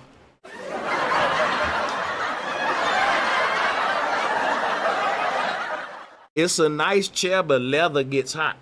And then this cushion ain't a good one. It's supposed to have cooling technology. That's a lie. Lie detector turned out that was a lie. So hit the donate button, hit the cash up, and we gonna get me a new ass pillow. Let me quit playing with y'all, man. Let's get back to this NPC thing, though. But if you see me standing up looking stupid, that's why, man, because I'm letting this thing cool off a bit. I know this look weird, but trust me, it feels good, goddammit.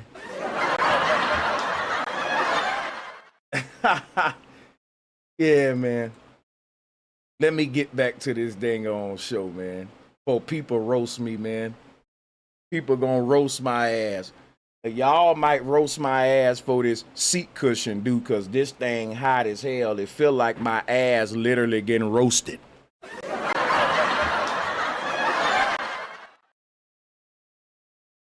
So now I'm on my knees like we about to have prayer in this motherfucker.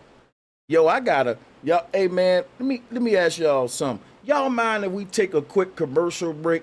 We got a lot of people in here and I got a lot of info to go. I don't want you going nowhere because I'm finna really give you some downloads. So stay tuned, people. Everybody in the chat room, I want y'all to type right now, don't go nowhere, BRB. And I'm gonna see this work because it'll help my retention. I'm gonna take a break, man. I'm gonna take a break, but type in the chat room, be right back. We ain't leaving, so the people know don't go nowhere. Maybe that's a weird request. Let's put some music on. Put some music on for the people.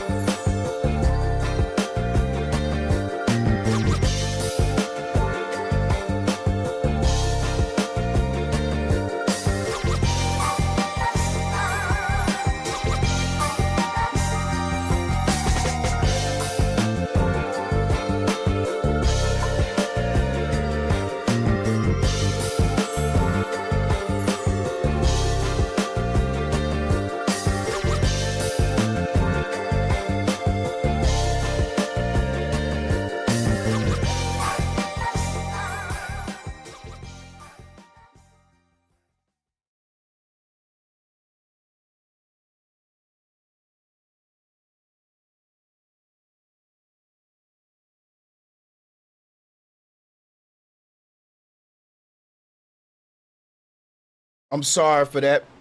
We back like we never left. I don't take no long breaks. I value y'all time. I'm finna get to this thing here. Look at Sally coming through again with the love, man. Shout out to Sally, man. Oh, people. Yeah, I made that beat. You know I gotta take my credit, man. People just think I just be rapping, bro, but I make beats too. But that beat I made, that's one of my old beats though. I don't need, like, I stopped making beats like that and I started making like trap heavy 808 beats. But that style of beat right there was inspired from the Kanye West era. You know, when Kanye West was the Polo Don with all the polo and shit, sampling heavy. That's what that was, man. But see, that era went away, so I went back to my 808 stuff. But real talk, the more I listen to that beat, I'll be like, man, I'm gonna quit trying to like stay up with time and just do what I like for real. No, real talk, because the album that I'm working on is like, I'm not trying to sound new, right? The name of this album gonna be called Nostalgia because I'm literally going back to my era. I'm not, listen, these young boys can have they shit. I tried to like stay relevant with the trend. I'm gonna preserve my era. But please hit the like and share button. There was more people in here, but we took a break and the numbers went down. Sally, we appreciate you. As always. Let's talk about these NPCs, man. If something wanted to move among humanity undetected, influence systems, control narratives, reshape civilization quietly, the last thing it would do is walk around looking like a giant green creature with black eyes. If something truly wanted to infiltrate society, it would blend in. It will look human. And suddenly the entire alien conversation changes. Because now the question is no longer, where are the spaceships? Now the question becomes, what behaviors operating on Earth today actually appear anti-human? That's right!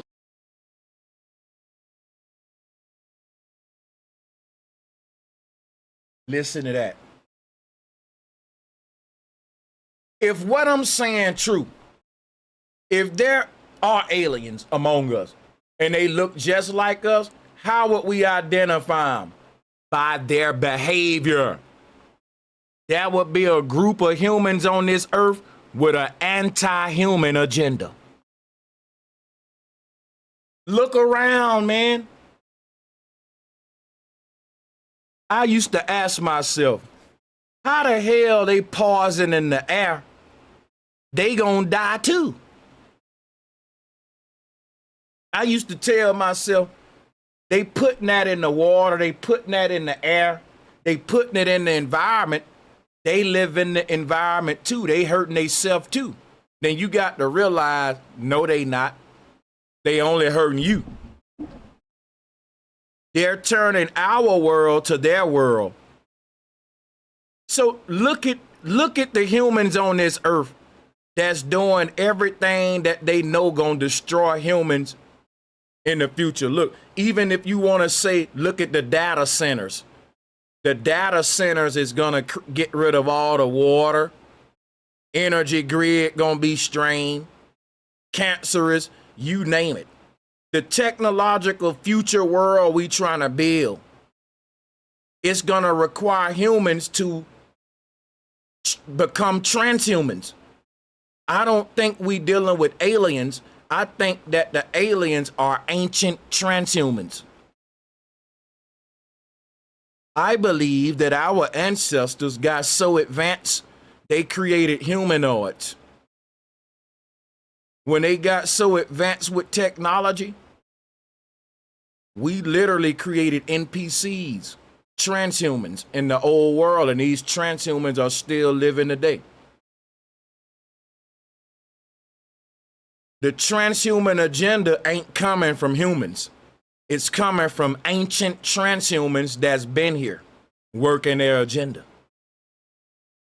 If you can believe in little green aliens from outer space, you can believe in this, because we say ain't nothing new under the sun. History repeat itself.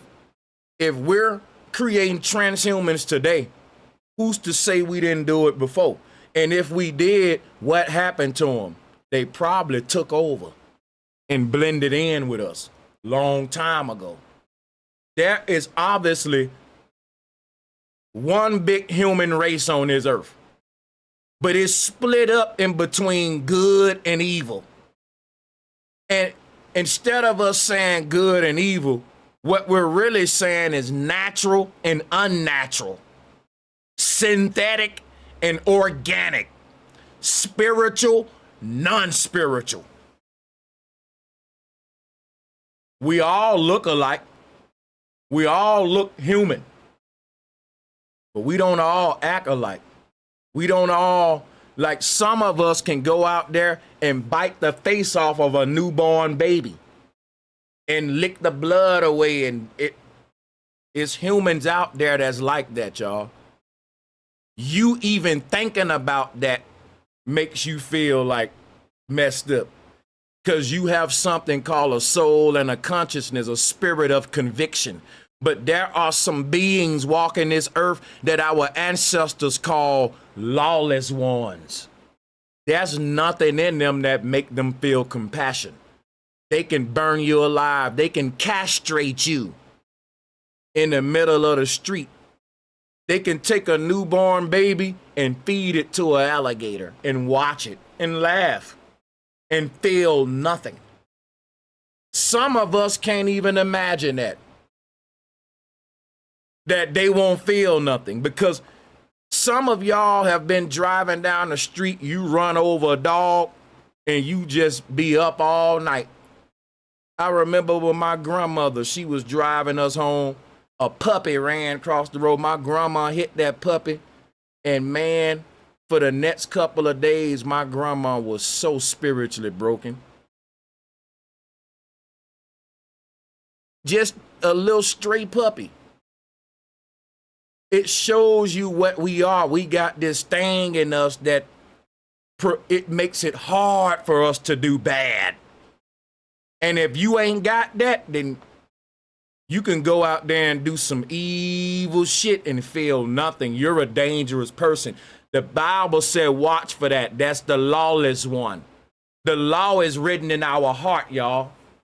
It's a spirit of conviction. If you ain't got that, you ain't got the light within. See, they look at that like a weakness. They say, man, you need to be more tough, Sanchez. All that compassion is weak. That's strength. That right there is what translates to the energy that allow your soul to ascend. If you don't feel that, you heavy. You need to start getting light. You've covered yourself in this false reality, like you've lost your humanity, and now you acting like these damn barbarian, these animal humans. Get your humanity back. Where your compassion at? Now listen, just because you got a head, 2 arms, and 5 fingers and all that don't make you human. Being human is not biological. Being human is spiritual. That's why we say he's acting inhumane. How can he act inhumane if he's a human? Human ain't an act, it's just what I am. Ain't no acting at all. It's if someone say humans do bad stuff, cool. But you can't say when a human do something bad, that's inhumane. No, humans kill, humans heal. Or do they? You've been lied to. Humans don't do bad things. Real humans live like Adam and Eve in Eden. They didn't harm nothing. This other kind of human is a predator, a barbarian. It's a human operating in the animal kingdom. And that's what we've become, like it. And it helps it it basically helps this thing. See, the reason this thing want us to be like it, because it helps it blend in. If all of us was acting good like the gods we are, if all of us was on our righteous shit, our light as a feather shit, our Ma'atian law shit, guess what? If everybody with a soul right now start expressing love and compassion, then guess what? The devils would be exposed. They wouldn't be able to blend in. They look just like us. The only way we can tell them the difference is by their behavior. But if we acting just like them, they get to blend in with us. So when we see them going to war, sending the military to war, blowing people up and all that, we say, well, that's just what humans do, because we now act like them. You see, they blend in now. If everybody with a soul listened to their soul, tapped into their compassion, and started practicing love, the only barbarians that'll still be doing evil shit are the people without the souls. That's right. They'll stand out, y'all. They will stand out like a sore thumb. If we was acting the way that we supposed to be acting right now as gods, these fakers will stand out, man. Because they'll be the only folks eating meat. They'll be eating bloody steaks and shit, fighting every day and competing in competition. And all of us will be working in unison, showing none but love. It'll be so obvious who's the devils or not. But with the world corrupted like this, everybody blend in, this to their benefit. See, the thing about the aliens is deeper than some little green men. Consider everything I'm saying here. We dealing with NPCs. And what I mean by a non-player character, they don't have a soul inside. There's no one home. There's nothing controlling them on a spiritual level, convicting them when they do wrong, like me and you. Soon as we doing wrong, that's this damn soul that we got telling us, Sanchez, you know you fucking up again, nigga. Like, lucky for them that they don't got no damn soul. They can just do bad and nothing gonna make them feel nothing about it. And if you train hard enough, you can dim your light too. And you do enough evil shit, you will start to numb yourself and you will lose compassion, lose your humanity, and with that, lose your soul.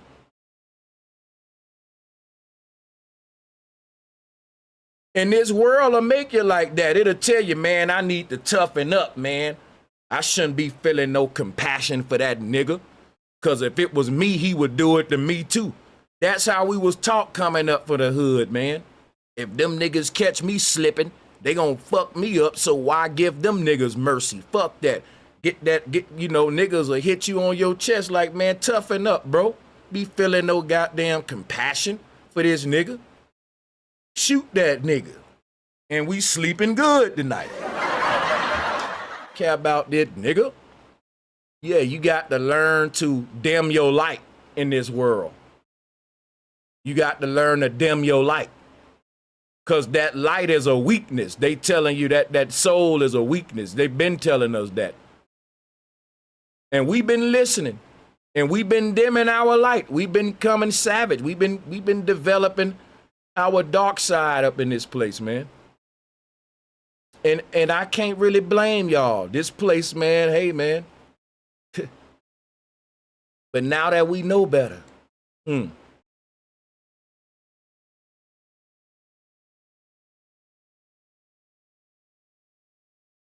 we dealing with NPCs. Let me go back to, hold on a second.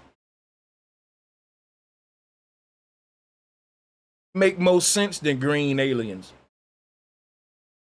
So, what kind of intelligence wages war against the natural world? Think about what I'm telling you, people. There are some humans on Earth right now. They waking up every day, waging war against the forest, fresh fruit, clean water, the bees. They want to make honey that's synthetic. They want your food damn near plastic. They want your water full of chemicals. They want this synthetic environment. You got to look around and say, now look, all of us look like we humans, but some of us got an anti-human agenda. And them, my friend, are the non-player characters. Your Bill Gates, your Elon Musk, your Donald Trump. Who are the people that's really transforming the world? The people in power. And they got a stage of events happening to justify the transformations, from pandemics to outbreaks and wars and riots. And it gives these NPCs more power over us humans. They literally condition us to be barbarians like them. And we used to have to babysit these barbaric ass humans because they would fight each other, kill each other in the laboratory. And we used to ask ourselves, how can we breed evil out of these damn people? And we never figured it out. But one day evil took over. This sounds similar to the Yakub story. Don't go with the Yakub story because it's gonna put it in black and white. The truth is that all around the world, man, no matter what color he was manipulated. This was like how everybody right now wearing shoes. If you white, if you Chinese, if you black, we all wear shoes, right? There was a time on the earth, it was just normal to be modifying organisms. They deleted the history of that. It was a time on earth where earth was like a big playground laboratory. There was no laws against this shit, none regulating it. You can go in your backyard and just create a new organism. And if that shit break out of your backyard, it's gonna breed with other shit, and there we go. I'm trying to tell y'all, they deleted this dark history on the earth. Because it would make us look in the mirror and say, am I a fucking project that was made in the past? Yes, we are. I believe that the real organisms on this earth started to breed so much synthetic stuff. It just outnumbered us and took over. I believe that the earth was once like the Garden of Eden. There was no predators, only prey. And what I mean by prey, not people that's self-sustaining. Like a tree don't need to harm you to sustain itself, and it outlives you, just taking what the earth giving it, not taking none from you or nobody else. That's how we was. We took from the earth gave us the plant, the seed, the herbs, the trees. We didn't eat flesh. When a person wake up, they want to become a vegan because they tapping into our ancient paradise that we had. We started making new organisms, and everything we created became a predator. The original beings on the earth are vegans. Everything you see that's seeking to bite into flesh, this earth been here for so long, and it's been so many new species created that a person may think this shit normal, but it's not. You never saw the natural world before. You've been born into a manipulated post-apocalyptic earth. We're born in a post-apocalyptic earth where half of the plants that used to exist don't even exist no more. There are plants and superfruits that was written about in diaries that you can't even find no more. With healing properties we can't get no more. They tearing up forests. They making organic herbs go extinct. They making organic original humans that had the knowledge go extinct, and they replacing it with a more controlled version. They did the same thing with the wolf. They created the dog out of it, and the dog, it can't have an existence without us now. They made a creature that's reliable. They made a creature that's reliant on its master. A creature that can't live without eating out of its master's hand. A creature that can't sustain itself. A creature that's controlled, easily domesticated with systems and policies like we got with the dogs. The dogs get used to repetition, pattern, and routine. And they get so it becomes, they don't want to break it. If you break the dog's pattern, you messing it up now. It's getting uncomfortable. Humans, we conditioned in these systems to just maintain the status quo. Even when it all works, even though this shit is working against us, we still will maintain it. We will defend it because we're comfortable. It's a pattern that we've gotten used to from we born in it. But it's like me telling you that you're a dog born in somebody's house, but I'm trying to make you wake back up and activate the wolf that's in you. Now, what are the chances of me, right?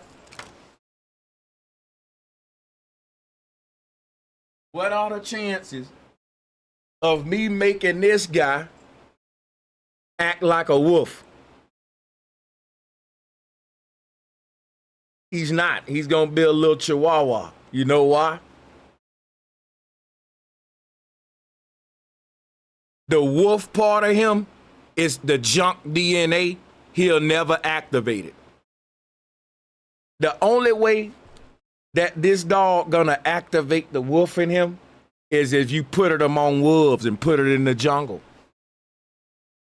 It'll start now remembering, it'll act like them. But check this out, right? As long as it's in the house with master, it's on a daily pattern program. And you being in the house with master is you living in the world we born into, man, and it's on this grid, right? You're predictable. And you like, we think we're so free, but we're not, man. We're controlled, we're conditioned. And the real aliens, like they're here among us, but they ain't green, man. They look just like us. And the biggest trick that these aliens are doing is making us look for the green man. That's how they hiding. They're telling us what an alien should look like. So the idea of the alien looking just like you never cross your mind. And when it do come up, people just laugh at it. I bring up NPCs all the time and people laugh at me, but people will say, ain't no way we're alone. Okay, I'm saying I believe in aliens. We're not alone. Why does it have to be a little green man? And in the same breath, they'll tell you these are UFOs, meaning we haven't identified them. So if you don't have an identity of this thing, and I'm proposing a theory, how do you shoot my theory down with a green man identity, but still turn around and say, we ain't identified it yet? It's a psyop. You're being mindfucked. You're hypocritical. You saying y'all ain't identified these beings. But when I say, wait, what if they look like humans? That's crazy, man. And you go with the green man concept? Yeah. What kind of intelligence wages war against the natural world? What kind of system poisons food, air, water, and soil? What kind of civilization normalizes psychological division in every single day? Just look at the world. The people in power can't be humans, bro. They can't be humans. Because why would you be doing this to humans if we're all the same? Why would you do this to, we're all humans? We can't be all humans. not by the definition of us being humane individuals. These people at the top pushing race warfare, class warfare, gender warfare, political warfare, religious warfare, constant fragmentation and division. If I'm an alien coming to Earth to take over, guess what the first thing I'm gonna do? Take control over all the media outlets and then start making the humans divide and fight each other. We need to do a history check and go and close our eyes and think to ourselves, when did mainstream media get hijacked by a centralized government? And what did that get us lean to now? Oh, let's do it. You know, in America, we had radios before TVs. Families was together, but black and white was still, it was still division. Now watch this. After World War II, because if y'all didn't know, the TV comes from Germany, from Nazi Germany. Hitler had TVs before all of us. That's why he was so big. You know, TVs was in Germany popular before everywhere else. We got rid of Hitler. We took the television from him. When we got hold to the TV, we ran the same propaganda Hitler ran, mind control propaganda. I don't know if y'all remember this or how old y'all was. TVs wasn't popular. Radios were. Every family had a radio and you listened to stuff. I wasn't living during that time, by the way, but I remember the history. So check this out. When TVs weren't popular in America, they were popular in Germany. But when this era was going on, people was talking about TVs like it's a deadly weapon because it was something new. It was a new thing. And Hitler was using the TV to become a world dictator. The ability to be able to put your propaganda on a screen visually, it turned Germany into like a zombie apocalypse for Hitler. And they knew the power of TV propaganda would have made Germany would be like China today, basically. If Hitler if they wouldn't have came together against the H-man. So they got rid of him and everybody ended up with TVs in their countries.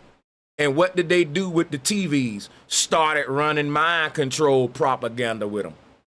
So let me get this straight. Sanchez, you telling me every country in the world went to war against H-man, against Adolf, because they said that the TV was a tool of mass propaganda? You're right. They said that Hitler and Germany propaganda and this technology they got is a threat to the world, and every country came together against that man. And they really wanted the TV. They really wanted, because what came out the World War II, all of Hitler's scientists started working for the UN. All of Hitler's scientists started now getting split up. Every country get some of his smarts and started making basically miniature Germanys all around the world. So Hitler wasn't gonna share his shit with them. He was gonna become a world dictator. And they said, look, if we can all come together, take his shit and use it in our own lands to control our own people the way he was controlling his people. And look at us today. Look at Donald Trump. Ain't he just like Adolf? He's sure enough using the idiot bots to push his dictator propaganda. And they're getting more comfortable doing this every generation with the TV just acting more and more like Nazi Germany, like America looking like Nazi Germany. And instead of them waging war against a particular group like what Hitler did, they waging war against the people with the truth. Now look, Hitler was let me not go into the people Hitler was going against. because Hitler ain't the person that the world painted him out to be. But if I go too deep, I don't even know if I can monetize this video. I've said the man's name too much. And see, I'm gonna start doing a lot of uncut content for Patreons and for sale. Cause I just can't go in like I want.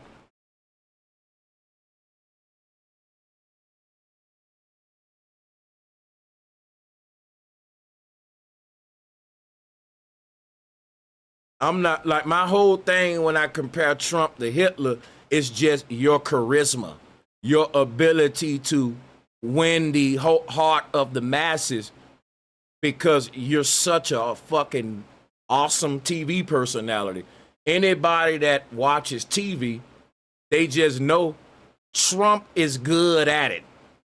There's a certain, he's just awesome for TV. There's just some people made for TV. His voice, the way he looked, the stories that be surrounding him. And I'm just saying, like, Hitler was like that. It's one thing to have a TV, but to know what to do on the TV to make it have that effect, that's another thing. A TV is an instrument, it's a tool like a guitar. Like, I can give you a guitar, that don't mean you're gonna play it right. I can put you on TV. That don't mean you're going to have the effect that Trump got or that Hitler had. So the ability to be on TV and know you on TV and know what to do in front of the whole world to gain this big following, that shit ain't easy, bro. I'm still trying to gain a following and shit. Charisma, symbolism, hand gestures, knowing human psychology. This the shit Hitler knew. Like when it come to mind manipulation and marketing, branding, and TV, this is what they learned from Germany.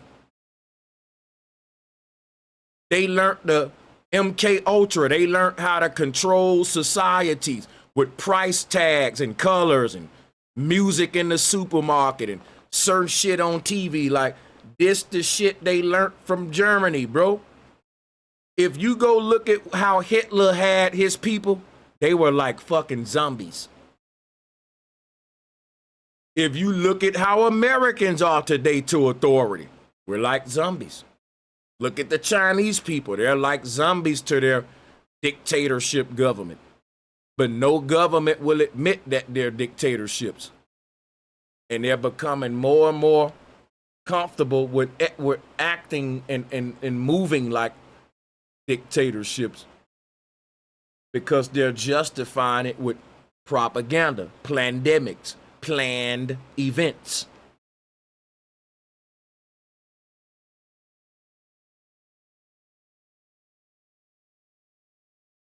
So the earth is being transformed. The earth is being transformed and humans are dividing into smaller and smaller groups. And nobody is even recognizing each other as family anymore, for real. Like, I'm seeing this too, man, with the division going on. People's families are becoming the groups that resonate with them. And it's like they're doing this on purpose. They're putting out the truth and the lies to separate the people. They giving us different shit to run to define who we are. And then now, you know, you make new friends, people just being put apart from their roots, man. I'm seeing it. And it ain't necessarily a bad thing if you're transforming in the truth. But the bad thing about it is you shouldn't have to sacrifice for the truth. Like I'm losing friends, you lose family. That's what they did with the programming. They put that out there like if a person thinking outside of the box and outside of the social norms, a lot of your friends ain't gonna wanna be around you like that. Cause when you come around vibrating high talking about serious shit, you're like a party pooper. And they did that on purpose.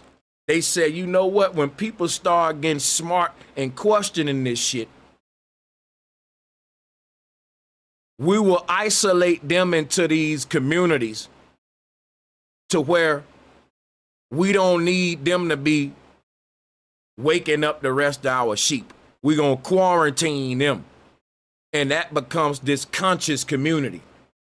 And we the biggest threat. Because if we break out to the mainstream, everybody get infected with the truth, bro. That's right. So it's like everything is strategic. They quarantine this to like an echo chamber. They use the censorship and they make sure all of the people that's waking up stay within this one little thing right here and be amongst themselves. And they know that it's gonna work. Because with your newfound truth, you're gonna be lonely.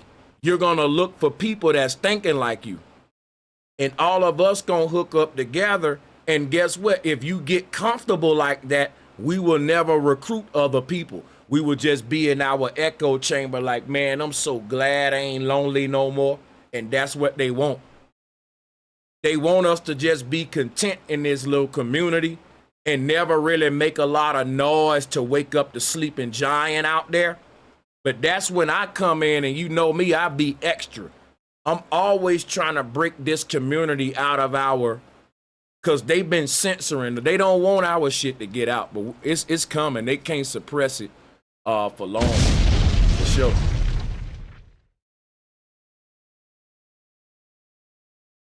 Let's go to another photo because I like this game. The game is when I fire the blunt back up, I'm finna fire up, and now we gotta pick a new photo, and I'm gonna read some more of my notes that I wrote about this situation. I'm gonna go to a random one, boom, boom, boom, that one. Is it a blur? We 3 and 1 too. 3 blur, well, it's 2 blur, 1 bullshit, 1 clear. Now this one here, this is here 4 of 1 because this is straight bullshit. If you telling me they shot this in space in the 70s and 80s, ooh, nigga, this is some fucking ammo for flat earthers.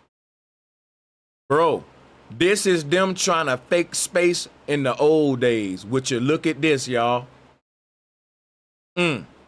Look at this goddamn grain silo. They gave y'all a big ass flask. I'm serious. I can take a flask. Let me show you what this is, man. You can zoom in on a flask and a dark and decorate it and make that. And you can make that.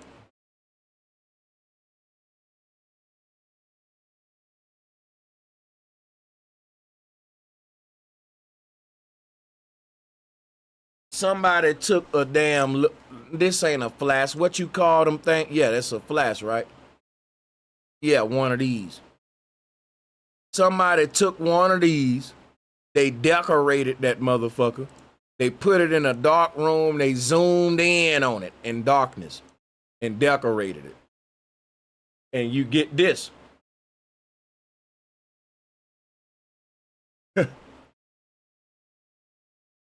It's like a grain silo or something. Just saying, bro. This monstrosity is floating around in space.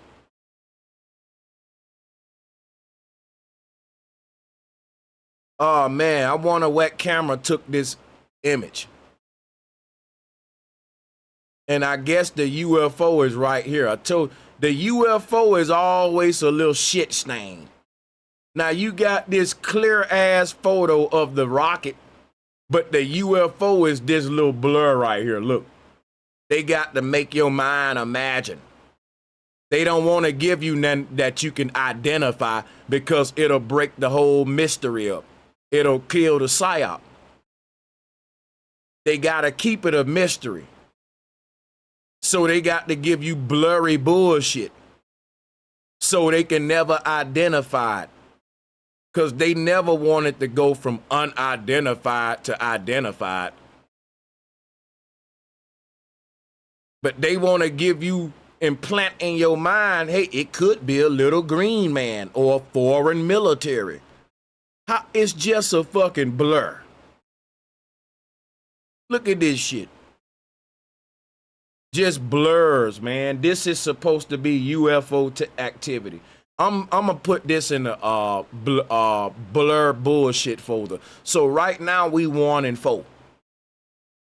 This ain't gonna make it, bro. Nah. More blurry bullshit. Because you wanna be abstract, you wanna be discreet, but you wanna keep the propaganda going. Let's pick another one, then we'll go back to the notes. Let's go pick one from the top. More boo-boo stains. God damn it, man.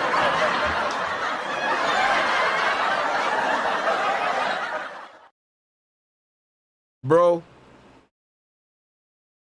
these skid marks ain't it, man. Now, how do you hand this to a motherfucker and tell him, here go the declassified papers we wanted y'all to see, man. We trying to figure out what this is. This is a UFO. And I'm like, what the hell am I looking at? We'll see this little line right here. This is actually the object. And this is like, what are these? Like, what the hell? This shit crazy, bro. And people are so, Trump released the files, but they won't go look through the files like we doing. Let me tell you something. It's YouTubers right now making videos all over the place. Uh-oh, he released the files. UFOs are real. And they not even fucking looking at the files. They just talking. I've been on this website ever since they released this shit. Look at this. Look at this little dot right here. But the problem I'm getting is, why is this dude's arm in the photo, man? Like a Hollywood set. Cut, clear. If you see something in the sky and it's time for me to record it because I'm not expecting it to be there, how am I on a fucking movie set? Oh, now this photo right here is a dead giveaway. That's some fuckery going on. Who does that? Who brings one of these to a random site where you don't even know an alien gonna be at? How you know something gonna be there in the sky? Oh, I'm bringing my film thing in case we have to film an alien. I can cut, film. Is this Hollywood or real life? Why would you even have that there though? These are random sightings, right? Why you need that? Why do a person need the cue to know when to film, when to snap the shot? That's what these are used for. These are used to tell the man who's snapping the photo or shooting the footage when to turn the camera on, when to turn the camera off. You direct your set with these. Why the hell are we on a set anyway? Why are we on a set, people? That's a question. Why are we on a set? We should be in a random location seeing a UFO site, not on a damn movie set. No one should have even known to bring this out. Who knowed to bring this out? And to pull it out when we film the alien. See, this starting to look, now I ain't gonna lie, I don't know if they meant to crop his arm out. People, they probably don't think we gonna go through all these photos. I'm gonna tell you something. There's no reason for that man's arm to be there. We're not on a movie set. His arm shouldn't be there. And on top of it, he shouldn't be holding one of those, actually, yo, what do they call those things? What do they call these movie set things? I actually don't even know what they call them now that I think about it. Type it in the chat room so I can pronounce this object by its right name and quit calling it a movie set thing. Anybody know what these things are called, what they make movies with? Clappers. D-Cat. Thank you, D-Cat. Why did you bring a clapper, bro? Think about that now. The only reason you showing up with a clapper is if we on a set. So if I pull up this video and I tell the UFO folks, yo, this was done on set, you can't even deny it. You can't even deny. I'm going to save this photo right here. I'm about to download this one right now. Here go to download. You can download these. I'm going to download this one. I'm going to download this one now.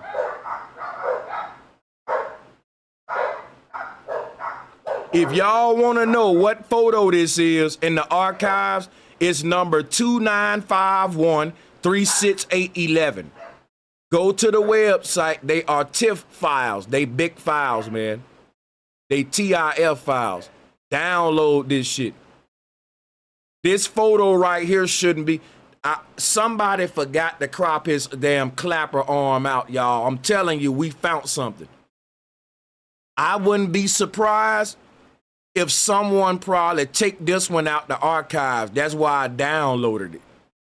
Because I'm sitting here and now I'm tripping now because it's like I'm really trying to think in my head, why would you need a clapper? And I can't think of nothing other than you just on a fucking set. And I'm not going to try to think of no fancy shit because the easiest answer is that you faking this shit. And you forgot to take this arm and this clapper out. I'm telling you right now, folks, they not going to keep this one in the archives when they find out this flaw. We just found the flaw, I think. Now, maybe we didn't. I doubt it, though. I think we just found some lazy shit that they thought that we wasn't going to find. They didn't clean it up right.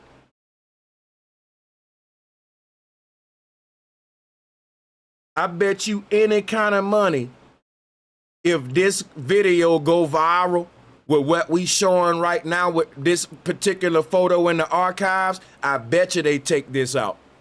Because I guarantee you, how the fuck are you going to explain a nigga's arm with a clapper in this photo? I want to hear you come on now. Tell me what you going to say about that now. Well, we use clappers when we see UFO sightings so that when the man see the sighting, he can know when to film it. No, you ain't got no lie to tell for this one now. Because when you see a random UFO sighting, you hurry up and get your shit out and start filming. Ain't nobody directing no set. People, we just found the fucking net. People, we didn't supposed to find this. I believe we just found some shit, y'all. Hey, listen. I believe we just found some shit, bro. They gonna take this photo out the archives. And I bet you won't never find another photo with an arm and a clapper in it because they supposed to crop that out.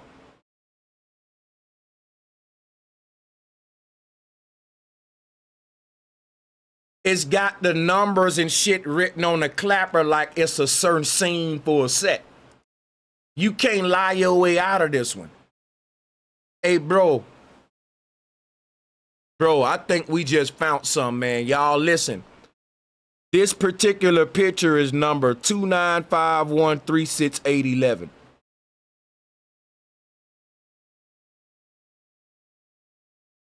And you can find it right here in the archives by that number.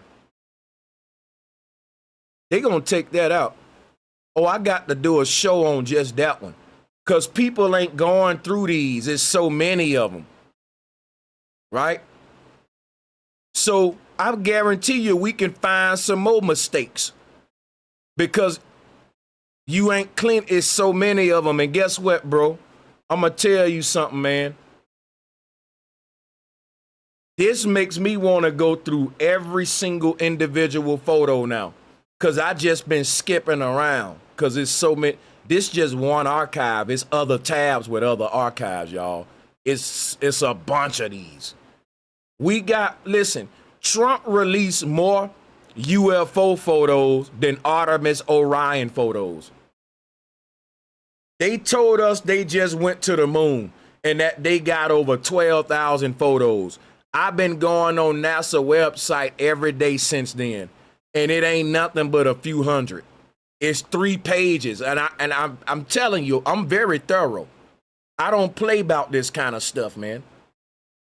I went on NASA's website. I dare somebody to show me, nigga, I will take my YouTube channel down if you show me where them 12,000 photos at from Orion mission.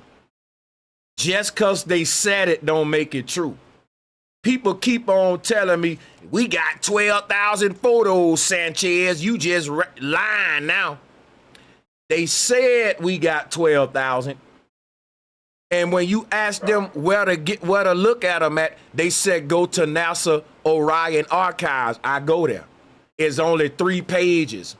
It's not even 250 photos. You can't show me an archive with 12,000 photos. Well, who you think gonna give you? Why would anybody want to? No, bro.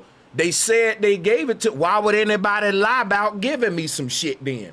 Because people will say, why would anybody want that many photos anyway? Who gonna look at that many photos?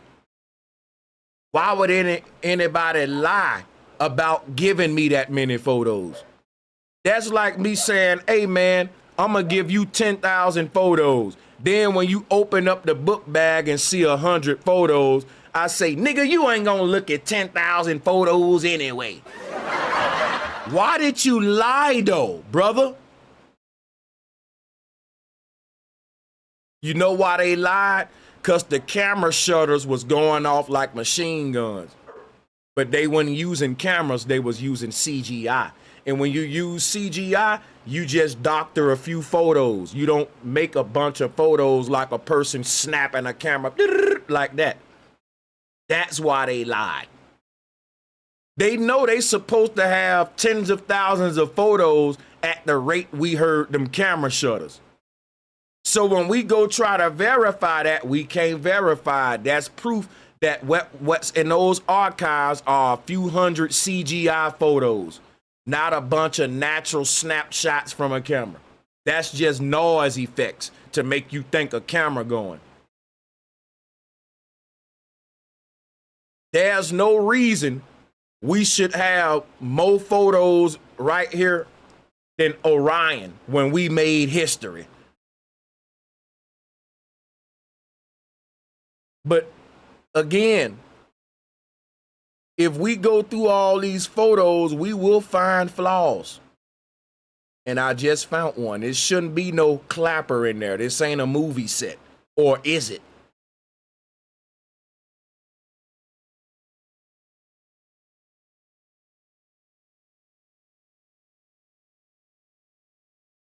So check this out, right? Let's talk some more about these NPCs. Talk some more about these NPCs. These non-player characters.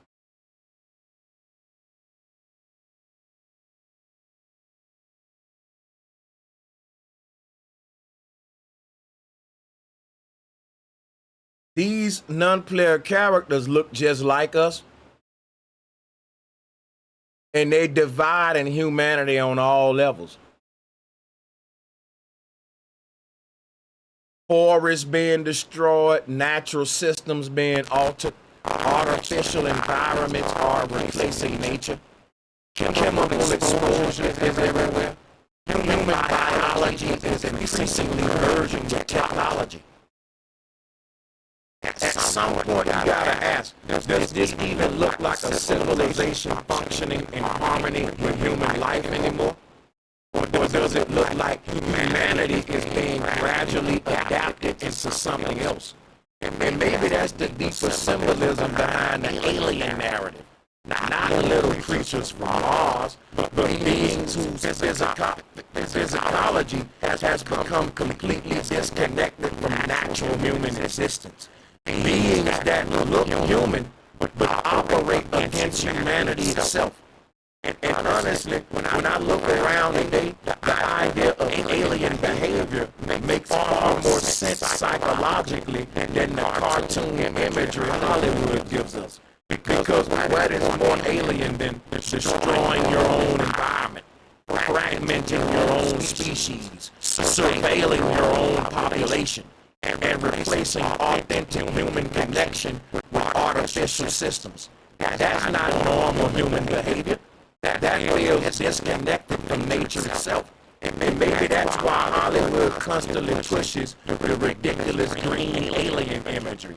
Maybe the purpose is to make people imagine aliens as something obviously separate from humanity, so that they never consider the possibility that the real threat will hide in plain sight.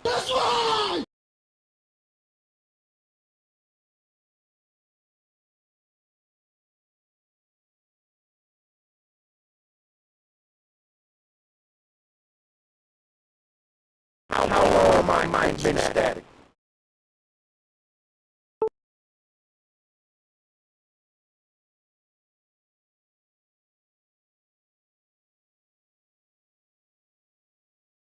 Horns now, if y'all can hear me good. Mic check. Flood the chat with them ones, man. We don't want to see twos no more if y'all can hear me. Mic check, mic check.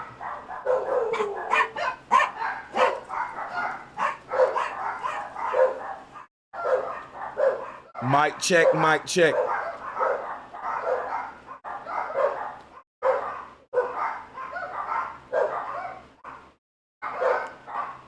All right, I got a question. Do I need to repeat everything I was saying? Do I need to repeat everything I was saying?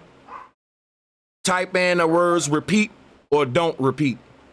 Type it in. Repeat or don't repeat. Sometimes the mic messed up, but you can still hear me.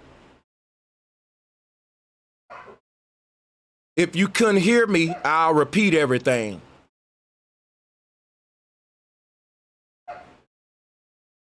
So put repeat or don't repeat real quick, and I'll go from there.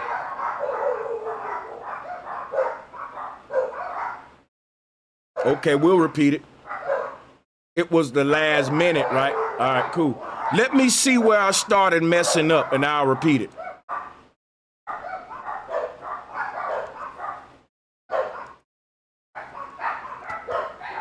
I'm going to see where I was messing up, and I'll repeat it. Give me a minute, guys. Let me mute up. I'm going to see where I messed up.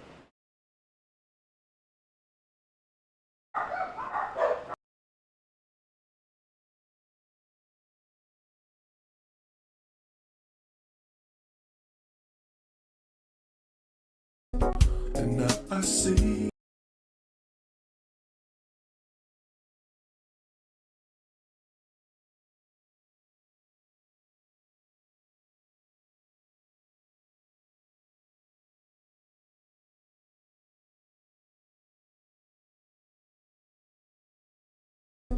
And now I see. More alien than 3 pages.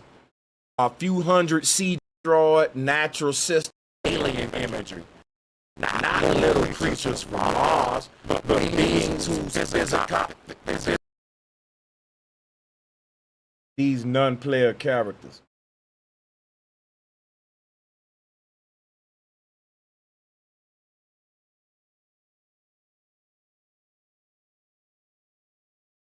I'm gonna see where I was bogging out, and I'm gonna pick back up right here. These non-player characters look just like us, and they divide in humanity on all levels. Forests being destroyed, natural systems being altered, artificial environments are replacing nature. So like I was saying, they divide us on all levels. Forests being destroyed, natural systems being altered. You know, all of the natural systems are being altered. Artificial environments are replacing nature. Chemical exposure is everywhere in the atmosphere, chemtrails everywhere. Human biology is increasingly merging with technology. And at some point, we got to ask, does this even look like a civilization functioning in harmony with human life anymore? Or does it look like humanity is being gradually adapted into something else? And maybe that's the deeper symbolism behind the alien narrative. Not little creatures from Mars, but beings whose psychology has become completely disconnected from natural human existence. Beings that look human, but operate against humanity itself. And honestly, when I look around today, the idea of alien behavior makes far more sense psychologically than the cartoon imagery Hollywood gives us. Because what is more alien than destroying your own environment, fragmenting your own species, surveilling your own population, and replacing authentic human connection with artificial systems? That's not normal human behavior. That feels disconnected from nature itself. And maybe that's why Hollywood constantly pushes the ridiculous green alien imagery. Because maybe the purpose is to make people imagine aliens, right? Dig this, right? If people want to know, why does Hollywood push the green alien concept? Maybe the purpose is to make people imagine aliens as something obviously separate from humanity, so that they never consider the possibility that the real threat would hide in plain sight. If aliens are real and they're among us and we can't see them, then there's a better chance of them looking just like us and blending in, right? And if that's the truth, the aliens that look just like humans would be the main ones laughing at this idea and pointing you toward the green man theory.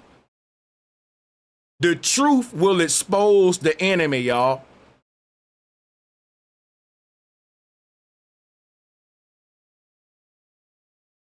So check this out.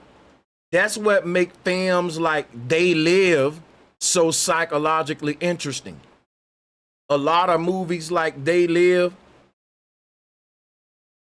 they don't get the push. When the concept of aliens was becoming popular, the people that was getting a big push from Hollywood were the people that was depicting aliens as these exaggerated, non-human looking creatures. So back in the day, a lot of the popular alien movies would have just this weird, like, ugly robots or monster creatures, very immature and exaggerated. That's what made the old school movie They Live so popular.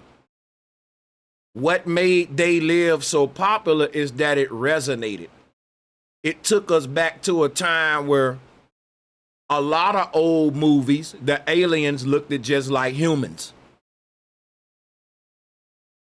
One modern movie where they at least tried to do that was the cone heads, but they still got them coming from space and they got the cone head. But they look human-like. But, you know, They Live was the best one, hands down. But movies like They Live stopped being popular because people wanted to see the stereotypical Hollywood alien imagery, the little green man. You gotta wonder, how come they don't make alien movies anymore like They Live? Because Hollywood, these beings infiltrated Hollywood. They infiltrated the music industry. They got rid of independent film and they're centralizing everything. You know, And so if your film is talking about aliens and it don't got no slimy, ugly, exaggerated creature in it, they don't push it. It don't see the light in Hollywood. They don't want propaganda that wakes people up like They Live.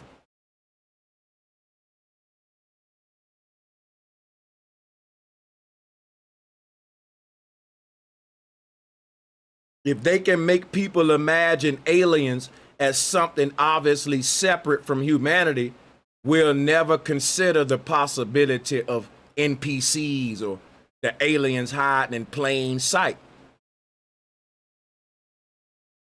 And again, that's what makes films like They Live so psychologically interesting. Not because of literal reptilians or hidden monsters, but because the movie explores the idea that systems of power can shape perception so deeply that people stop recognizing what is harmful to them. The real invasion in that story was ideological, psychological, civilizational. And maybe the real alien force is not biological at all. Maybe it's a mindset. But see, the thing about this is that that mindset will come from a particular synthetic creature with a certain biology that's different from ours. So now that I think about it, if it's a mindset, it's also a biology that's associated with that mindset, and that would be what we call the humanoids. Now think about it. If there's a synthetic human that's artificial living amongst us, wouldn't it make sense that it would make the reality in its image? Think about what I'm saying. Everywhere you look, the word artificial is becoming normal. Artificial intelligence, artificial sweeteners, artificial flavoring, artificial, fitness systems where you're cheating things with artificial stuff. Artificial, you just saying the world is synthetic everything. Artificial foods, synthetic food, genetically modified foods. Now listen, if there's an artificial human walking the earth, it would make sense that this artificial human would start creating a bunch of artificial shit. Because that's what it is. If you are a real human and you're not artificial, the rising of the artificial world will be a threat to you. Because real humans, for example, we create real music with our soul. So if you're a real human, then artificial AI generated music will be a threat to you, because you as a creator, you're saying we're entering a time where music is no longer created with the soul, it's generated with the computer. And you're scared because you're now seeing humanity lose the part of us that makes us human. We don't want to be human no more, because what makes you a human is the act of learning how to create through trial and error. If Michelangelo can remember when he painted his first bullshit painting and he can see where he at today. I remember when I wrote my first rap, it didn't sound good. But now I write masterpiece flows at will. You know what I'm saying? My ops never seen it coming. Quick to tell her, get out my face like I'm finger strumming. Let me quit. I ain't finna spit no bars. I ain't finna do it, man. Y'all know I do got bars, though. And I've been in the lab right here, bro. But we ain't finna turn it to a rap session, because the point I'm making is creating. Not generating, creating. We're losing our humanity. It ain't aliens from space. It's transhumans from the past. There was a war on Earth fought between regular humans and non-player characters. The non-player characters won. And they're rebuilding reality to suit them. That's why our world is becoming artificial. If you are an artificial being living in a real world, it's like you living in a fake ass world. But if you are a real being living in a fake world, then it's like you living in a fake world. Does that make sense? It's saying, listen, I'm an organic being, but there's an inorganic being living amongst me, and it's trying to create an inorganic world. That's what's going on. If you are an inorganic being living in an organic world, then that ain't healthy for you. We cannot coexist with mankind. Let me tell y'all how I know what I'm talking about. That's why we was creating these creatures underground. These creatures aren't surface dwellers. Now people say, well, they come from the caves. No, they don't. Caves are still on the surface. Cavemen still got mamas and daddies. Cavemen still are linked to indigenous lands through a woman. These creatures want us to think that they are cavemen. They ain't cavemen. They come from the pits, y'all. They come from underground, deep underground. They were never meant to see the surface. Telling you, once these creatures came up to the surface and blended in, it's been a spiritual war on this earth because we can't coexist with them. Because they want to live in an inorganic world. And we want to live in an organic world. But they was able to live in an artificial earth underground. See, listen to what I'm telling you, man. When we was breeding these creatures under the ground, we never even told them about the surface world. We acted like it didn't exist, and that underground was the earth. That's all there is. And we had synthetic suns and we created a false earth under the ground for them, synthetic earth-like environments. That's what I'm telling you. These creatures only know artificial environments. They grew up in synthetic and artificial earth simulation environments. That's all they know. So when they come up to the surface and they breathe in the natural air, they're like, where's the aluminum? Where's the chemicals that we know from our home? Think about this now. If you are a synthetic human, bred in an earth-like, fake-ass artificial world, and that's all you know, it's poisons in your water, it's chemicals in your air, that's normal to you. When you come up to the surface, you gonna do that to our water. You gonna put that shit in our air. You're gonna come up here and say, why the air different? The water messed up. Let me clean the air. You gonna think you helping my water. Cause you're saying to yourself as a synthetic being, something wrong with this place.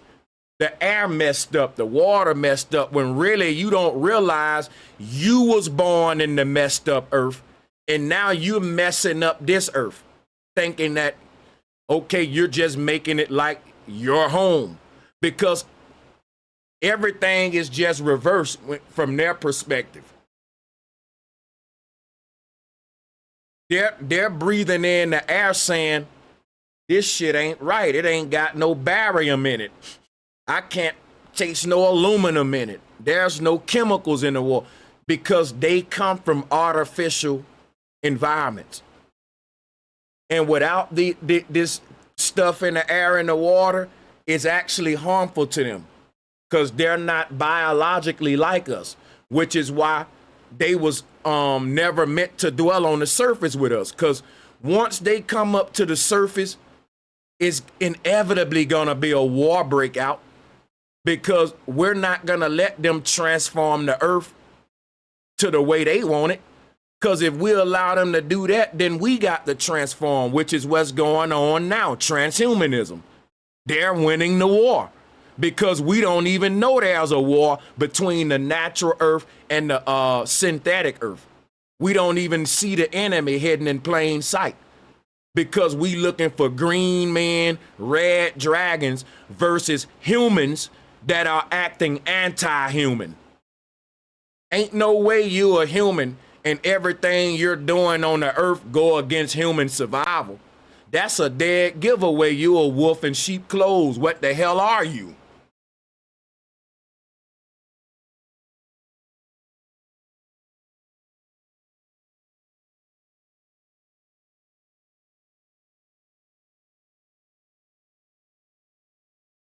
So the mindset that everybody got is a mindset that the barbarians got. Everybody fake as hell, plastic asses, fake lips, fake shit, all that, bro. And I'm not talking to y'all like I'm talking down on y'all, because I'm guilty too. We all been indoctrinated with the NPC mindset. And we are helping them wage war against the natural world. And by doing that, on inside, we're waging war against our natural self, the real us, the us that ain't living under the influence of the NPC programming. It's two worlds right now coexisting. The world of the artificial world that they promote through TV, of vanity, and the illusion of us moving forward with technology and progression. And then you got this other world that's condemning these people, saying, look at what you done to the earth. We not have everything going, we don't got everything going on. Humanity going to hell in a handbasket. The world is very corrupted. And then on the other hand, you got people partying away. They don't see all of this happening to the world. They plugged into another reality. They don't see what you tripping about. They looking at you like, man, you just a conspiracy theorist, bro.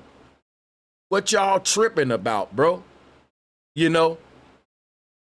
And these are two realities. And one of them is promoted by the NPCs and one of them is promoted by the ancestors through the DNA that's talking through folks. That's the voice that's convicting you when you know you're doing wrong.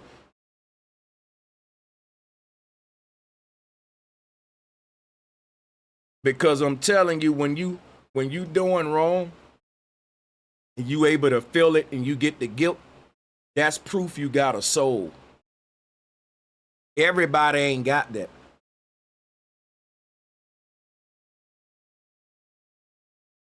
Thinking everybody got that is naive, especially when you read history and see some of the stuff that men was able to do to other people. And if you think there's something inside of St. Patrick telling him he doing wrong, you gotta be stupid. We talking about people that was slaughtering millions of people with no remorse. So, but when you talk like this, people, but everybody got a soul. Do you know what a soul is? It's a light within you and it's compassionate.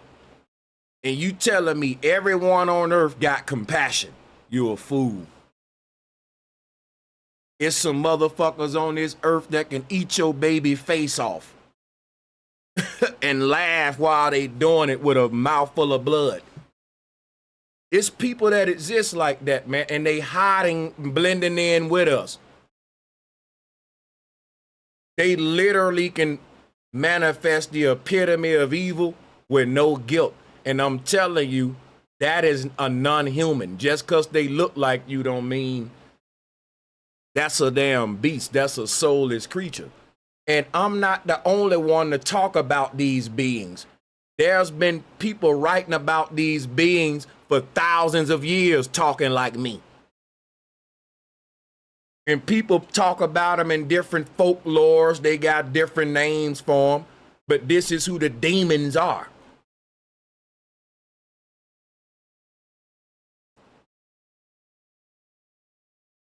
So we're being conditioned with a transhuman mentality, a hyper technological worldview, completely detached from nature, spirit, community, and an organic human existence. A civilization path where humanity slowly transforms itself into something artificial while believing it's evolving. That's what we're doing. That's what people should think about. A civilization path where humanity is slowly transforming itself into something artificial. And this transformation, we calling it progression. If humanity loses its connection to nature, truth, spirit, family, community, and reality itself, then the invasion would not need to arrive from outer space. It would emerge from within human civilization itself. That make most sense to me. Human civilizations got so smart that we started to make subhumans. The subhumans start to reproduce and populate and outnumber us and blend in. The subhumans secretly took over because they didn't want to be under us anymore. And you can't blame them. If you were one of these laboratory humans, eventually you would ask for equal human rights, because what there was a distinction on the earth between man and mankind, and mankind was treated as a servant to man. So imagine after so many generations of that, mankind would rise up and say, you know what, I'm no longer serving you. You gonna serve me now. And humans is now at the bottom and they're at the top.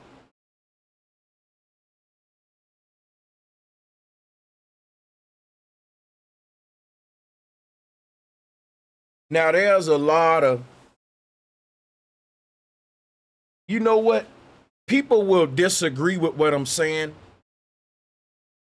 But if you think of aliens invading the earth, this is exactly how they would do it. They would make us be divided. And while we fighting each other, they will be transforming the earth right in front of our face. Now think about it. The people in power got black versus white, gay versus straight, man versus woman, child versus older one, Democrat versus Republican, New York versus Cali. I'm telling you, it's so, they've divided us on so many levels, right? And the whole while we at war as humans, killing each other, civil war and all that, what's going on? They building data centers everywhere. They guess what? They ain't stopped at all with terraforming the earth. They still building this digital grid. They still popping up the 5G towers. They still pop, bro. While they at the same time dividing humans, they're transforming the environment. And you telling me these folks ain't operating like some damn aliens?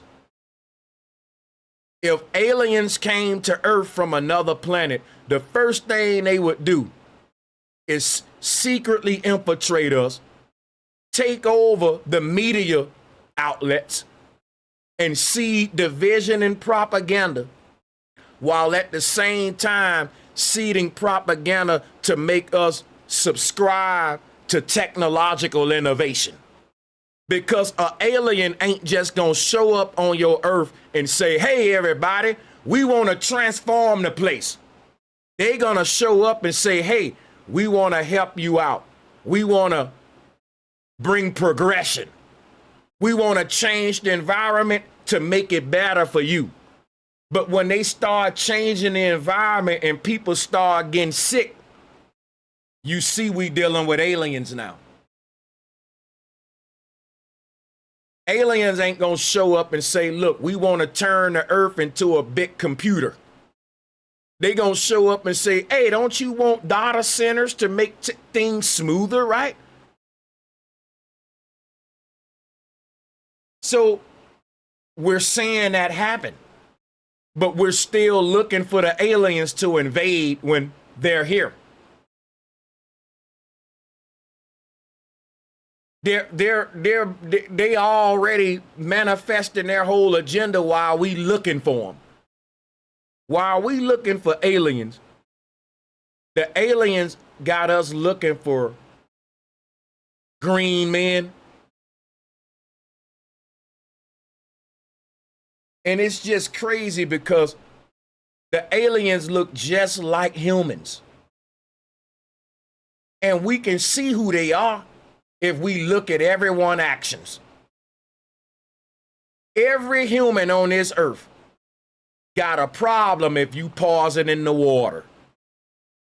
Every human on this earth will raise hell if you say, let me pause in the air where your children breathing. This what will unite all humans. But you know why we won't come together? We too divided with politics, religion, and all that. Now, all of us getting poisoned every day, the earth being terraformed. But we can't come together against the common enemy because the common enemy has done a good job dividing us with all kind of bullshit. Men versus women, left versus right, black versus white. And that's so strong that the things that should unite us, screw the point that we all been pausing. That nigga voted for Trump and he's a Republican, so fuck him. That's how we thinking. And we would tell ourselves, we can't do none of these people who pausing in us.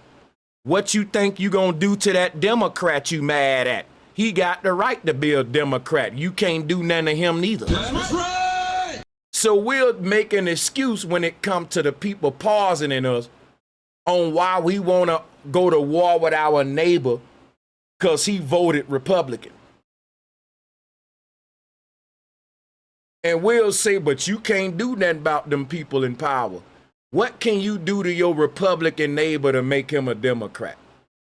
Nothing. If you want to use that logic, then leave him alone. I got to stop right here, people. I got so much more stuff that I want to break down and say. I got plenty of notes that I want to go over. I got to review a lot of alien abductee videos. So I will be coming back and I'm going to be talking about this again on the next stream because I still haven't done my abductee reviews where I'm going to play the alien abductee stories and we're going to trip out and break them down. But I also got a lot of more stuff to go over as far as the agenda here with my notes. But we are at our time. And unfortunately, I got to get out of here. And I want to look at the chat room and see if I missed any super chats. And yes, I did. I want to give a shout out to Need a Massage from Shy. They be hating on me every day. Love that one.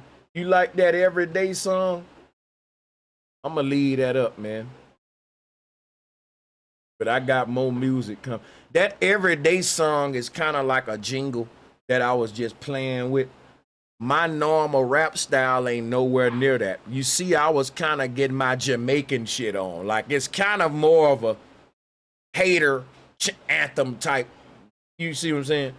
But shout out to you, man. I appreciate the love and support. And hey, when my music come out, y'all got to be shopping with your boy now and support me. Because I got some fresh music coming out for y'all that I've been really working on. You know what I'm saying? Put my heart into it. Shout out to Slayer Mate. Shout out to y'all. Slayer Mate. Much love, bro. Been listening in since college in 2021. The movie is by Jordan Peele, directly depicts in a horror what you mean with lab-grown humans. Yeah.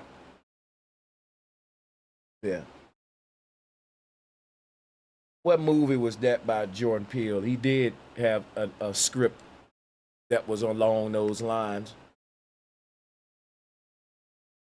Appreciate y'all for tuning in today, and for everyone who supported the show. Appreciate y'all, man.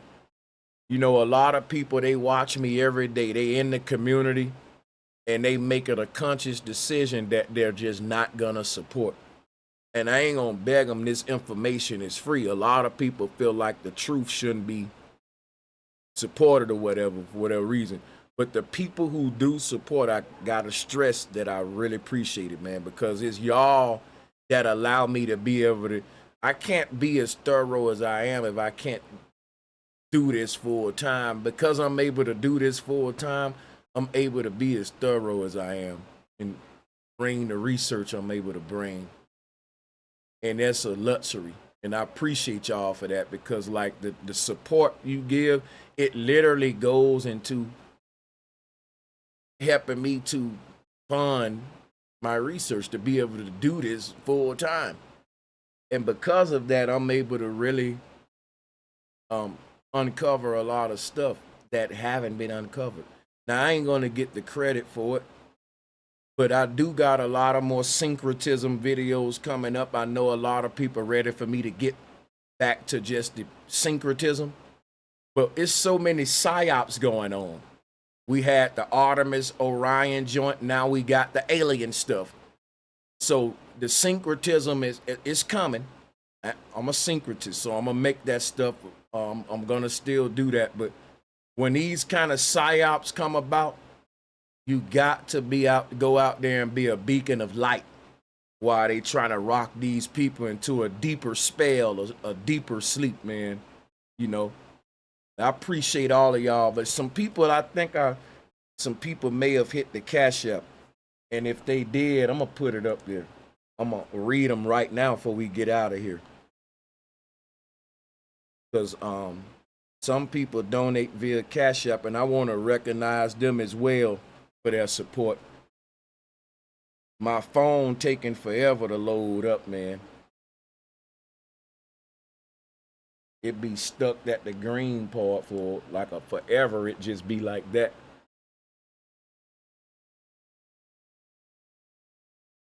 There it go.